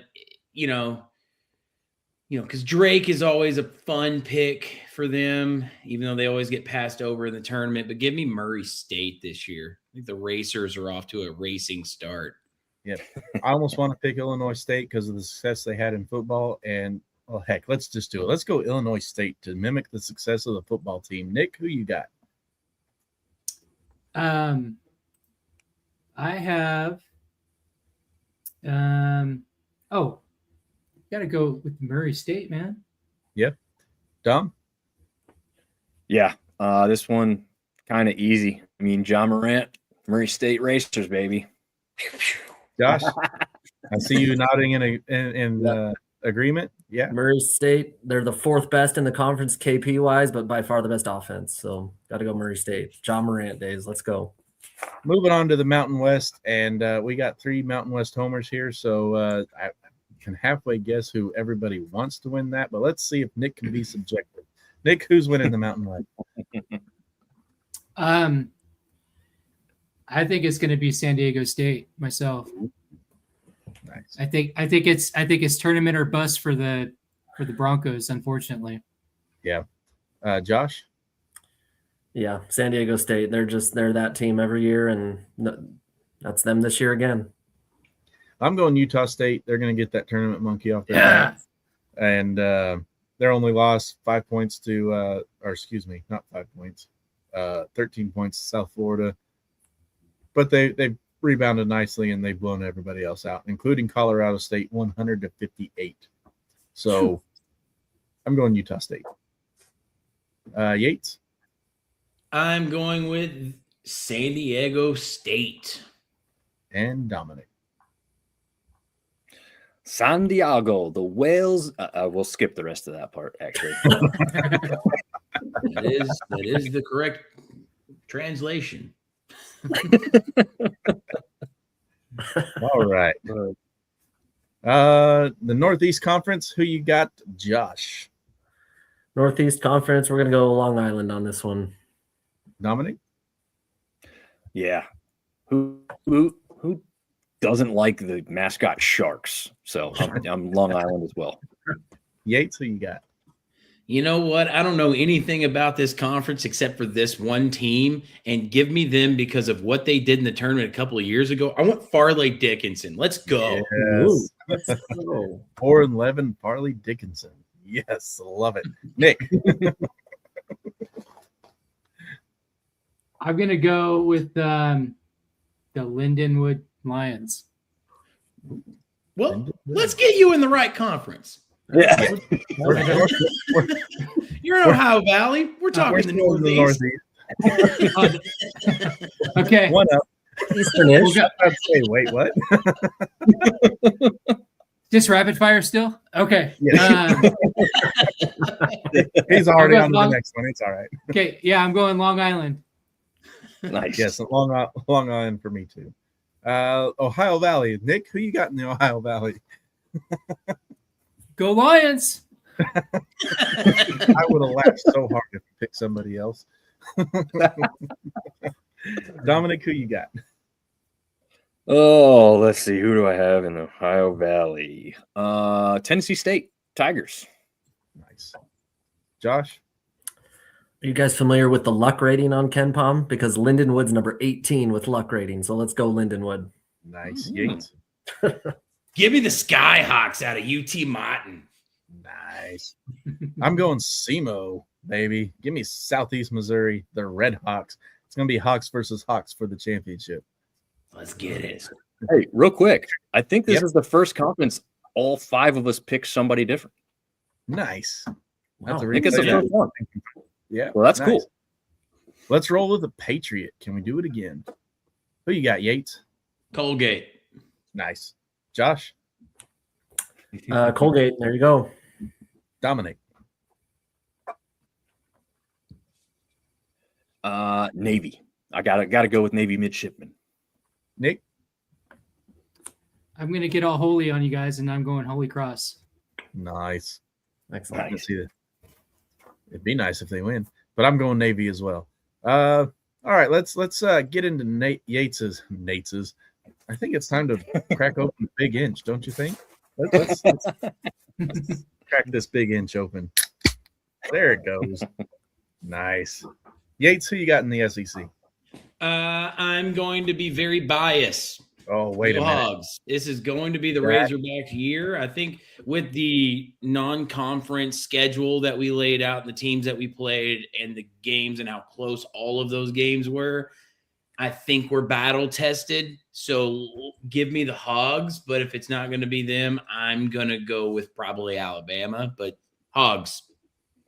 Ladies and gentlemen, the big inch is probably better than any inch you've ever had in your mouth.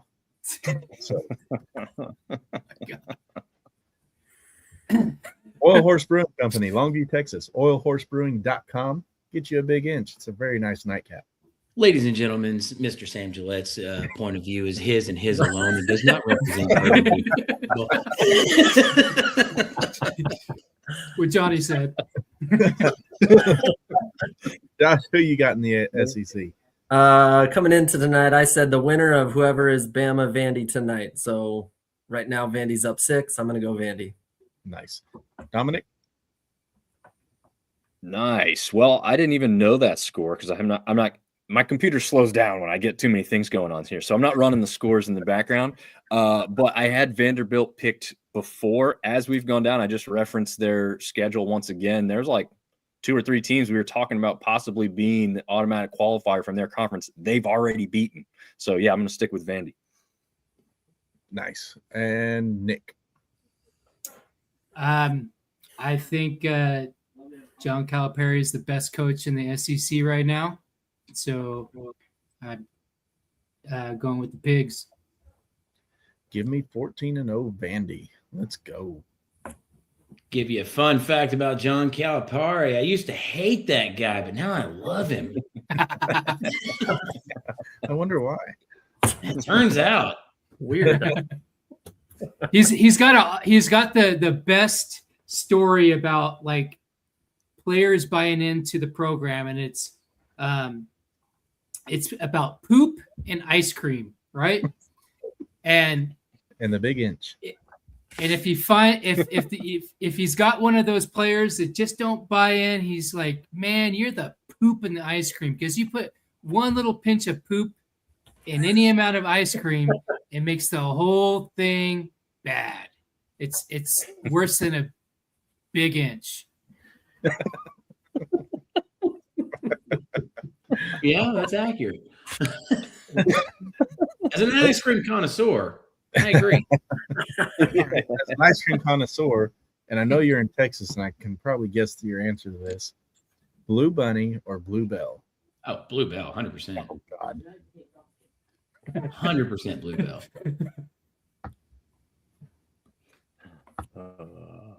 You don't know what you're talking about. I will drag you to the pits of my Blue Bunny factory. Easy there, Incher. Wow, I don't know what just happened. Something came over me. It's the I may or may not have attended college like 30 miles from the Lamar's, Iowa, and the actually I think it's less than 30 miles, but it's the ice cream capital of the world where Blue Bunny's at in Lamar's, Iowa. As long as it's still actual ice cream and not frozen dairy dessert or whatever they call the other thing. You know, you walk down the ice cream aisle now, and most of the stuff's not actually ice cream. You notice that? mm-hmm. I'll have to take a look at that. There's about half of the aisle that is the yeah. It's the health conscious ice cream. Get out of my face and give me sugar. It's ice cream. They poured milk over ice and shredded it up. All right, let's go to the Southern Conference. Josh, let's start with you in the Southern Conference. I think I'm going to go with Mercer on this one. A little bit of tournament history with them. Nice. Dominic?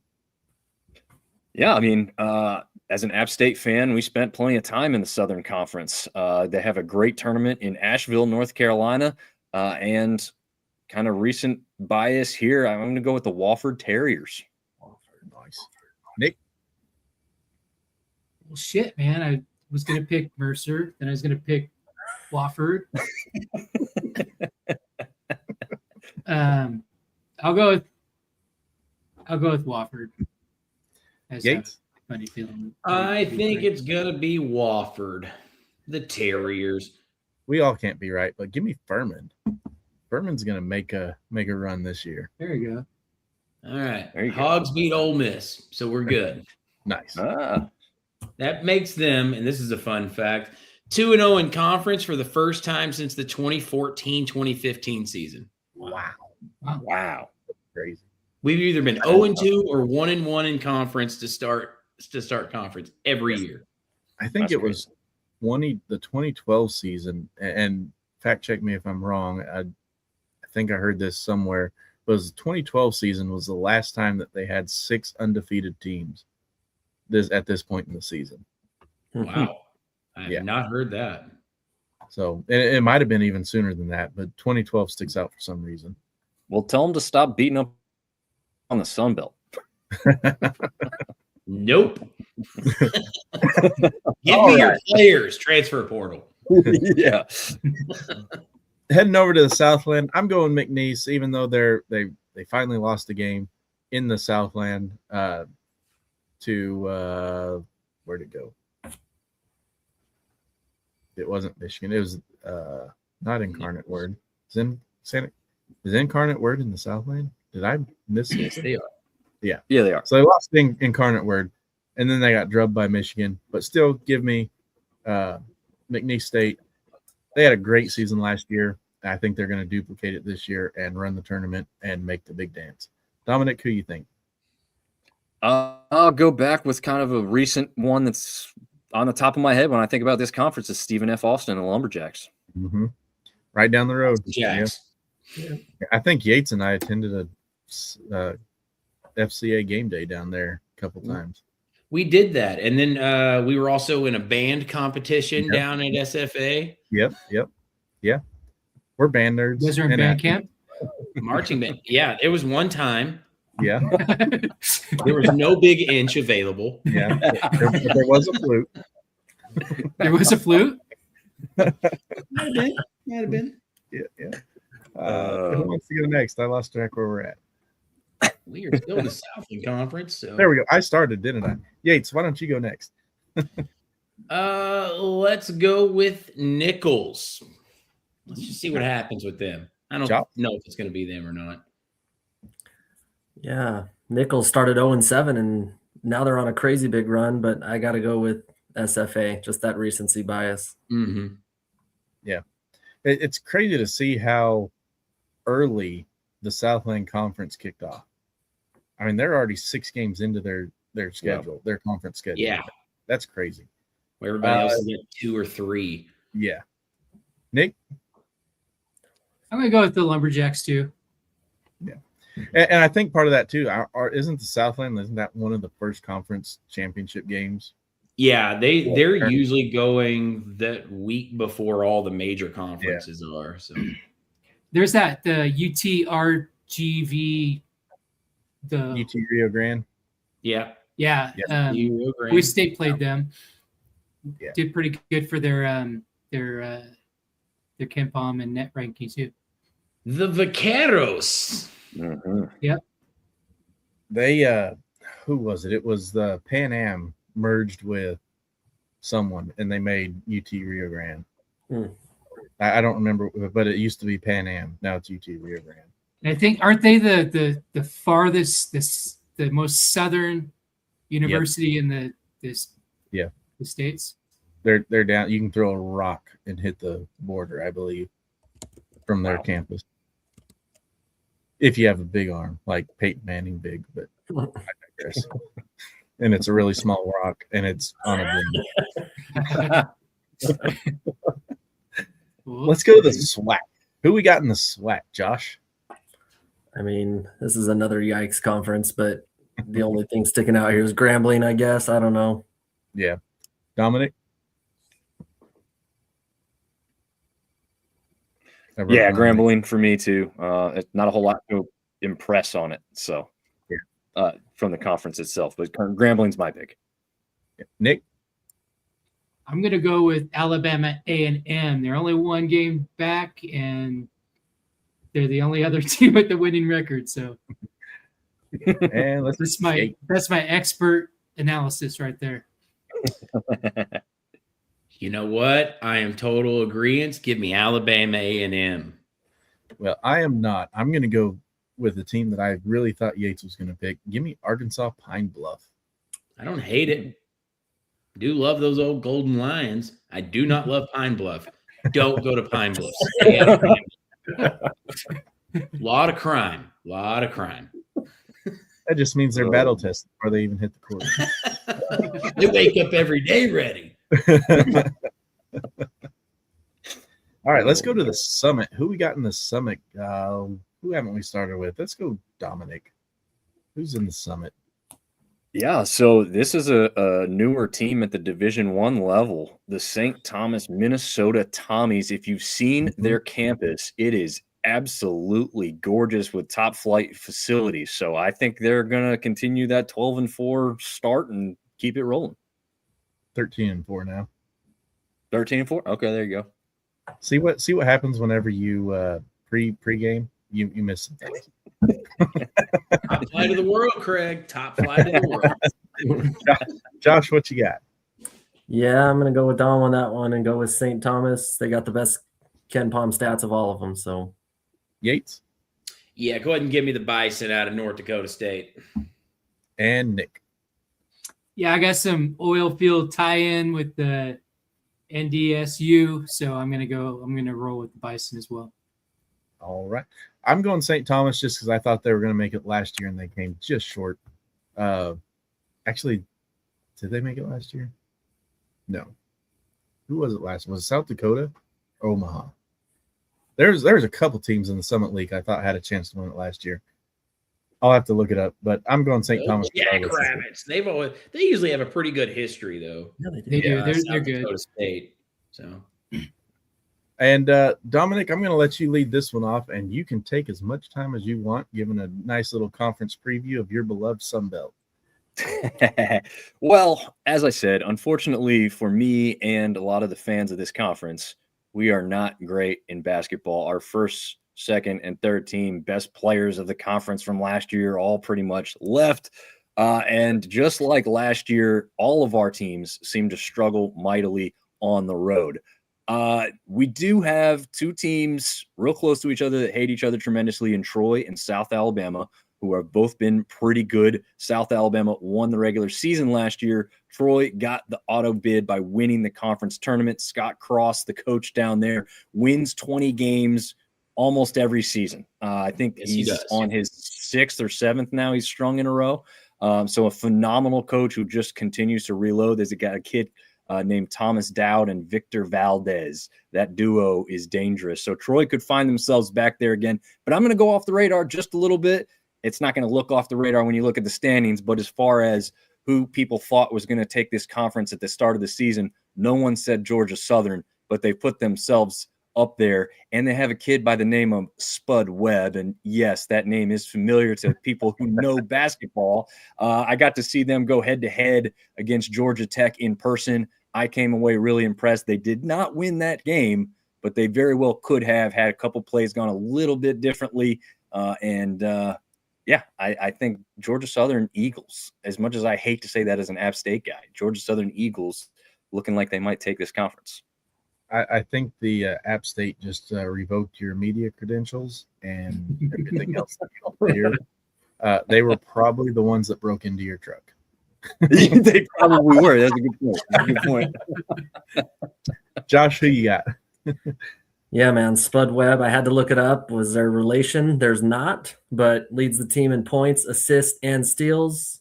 And I think he's a kid in March. If Georgia Southern makes that run, he's that kid that comes out of nowhere and everybody goes, whoa, how do we miss him?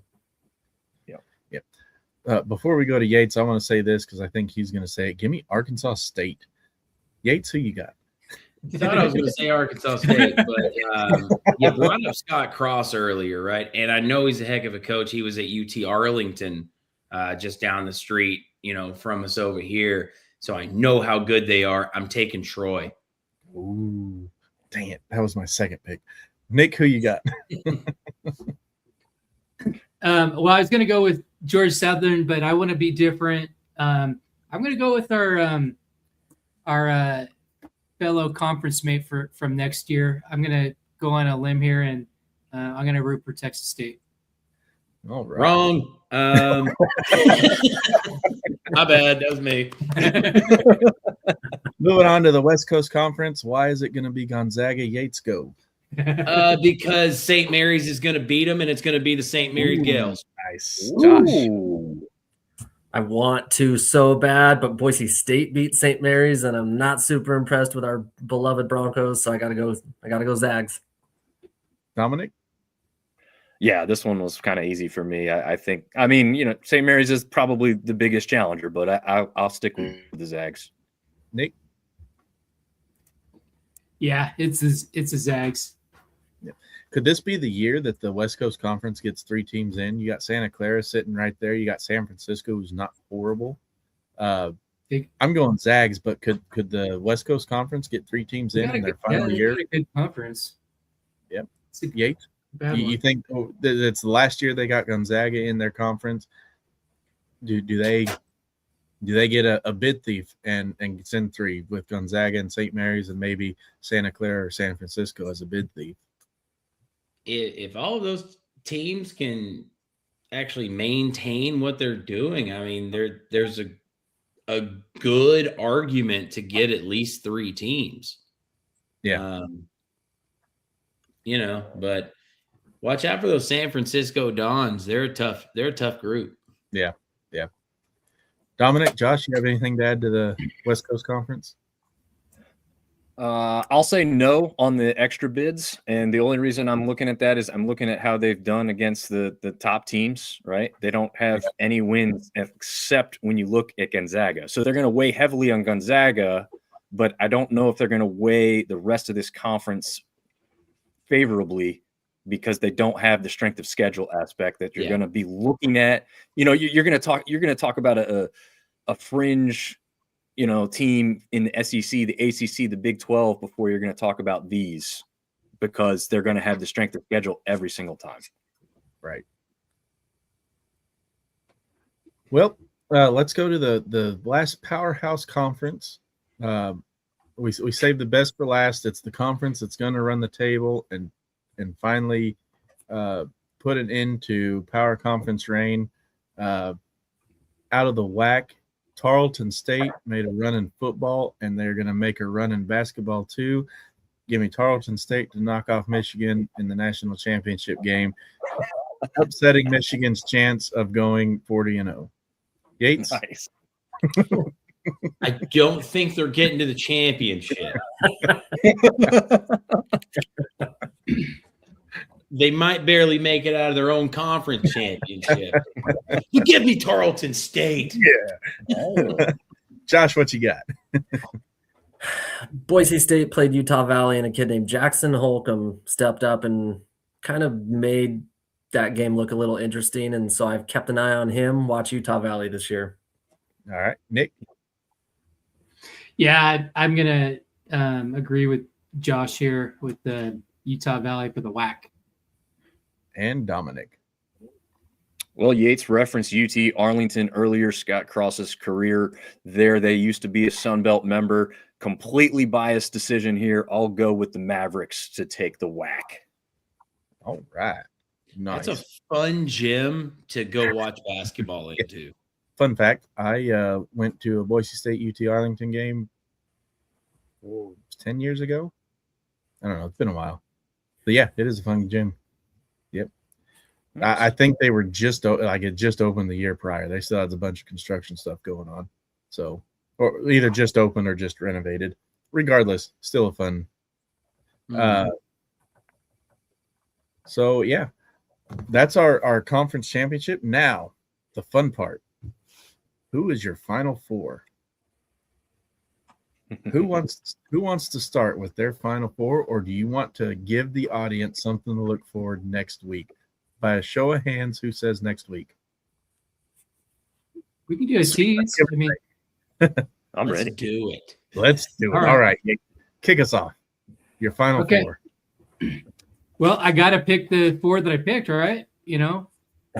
So I'm going to go with Utah Valley. Just kidding. Okay. Tarleton, Michigan, Miami, Ohio. London Wood in there. Hey, Johnny's going for the Peacock. I'm going to go, let's see. I'll go Houston.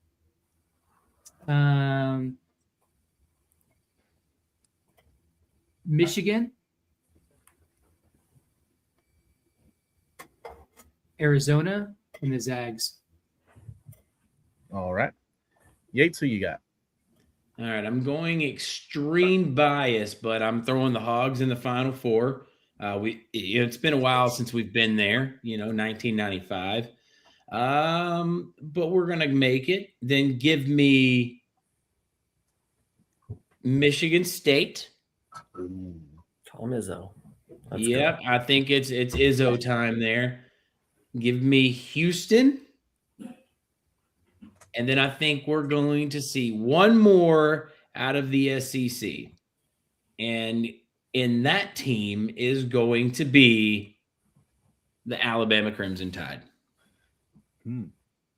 All right, Josh, tell Yates why he's wrong. I mean, when they got what they get last year, 14 SEC teams in. Yeah. They did the whole. I just my anti-SEC came out strong, but no, sorry, Yates. I got to go Michigan, Arizona, Duke, and I gotta say Purdue. No SEC. Okay to be wrong. Apologies. Who you got, Is it Dom? me? Yeah. There's no way this ends up happening because there's going to be 2 SEC, there's going to be 2 Big Ten. Something different is going to happen. But as I'm writing these down, I'm like, I like this team for other reasons. So I've got Duke, I've got Houston, I've got Michigan, and I've got Vanderbilt. Nice. Okay. I'm going Arizona, Michigan, Duke, and Vandy. With honorable mention being Nebraska. I did a coin flip with Nebraska and Vandy, and I had to give it to Vandy just because they fell short in football. I don't want them to fall short in basketball. So yeah, it is what it is. You feel sorry for the private school with tons of money in Nashville, Tennessee? All right. Well, that wraps it up for tonight, fellas. Thanks for joining me. Only about 40 minutes longer than I thought it was going to go. But, hey, we're here. We did it. We made it through the first show. The next show, we're going to dive into some of these major conferences and take a look at the couple of the smaller conferences, get a little look into those. So be on the lookout for that. Join us next week. And, again, another shout-out to Oil Horse Brewing Company, Longview, Texas. They hooked me up with a 4-pack tonight. They had the 1877 is my favorite, the Irish style red ale. My favorite IPA of all time now, the 100 Acres from Oil Horse Brewing Company. IPAs, if you love IPAs, going for that. Not my favorite, but it wasn't bad. The Water Hauler, if you like the Kolsch beers, go for that. And then if you like a good nightcap, the Big Inch, a milk stout ale.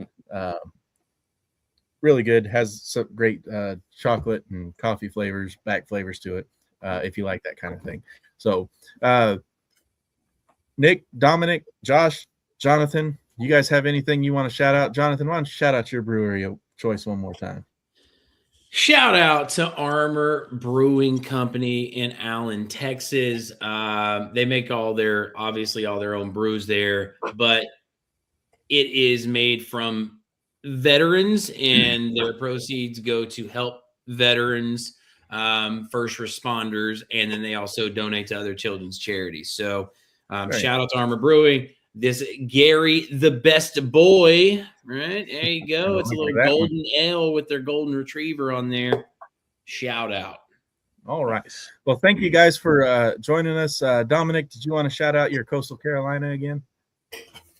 Yeah, I mean it's not small time brewery, but yeah, there you go. Coastal Carolina, success in College World Series, probably the single-handed thing that got them on a can. Chanticleers. I got to shout out. Yep, Nick, gentleman Nick Wade for his work with the Boise Rescue Mission on the Blue. That was awesome. Good work with those kids because those families need it bad.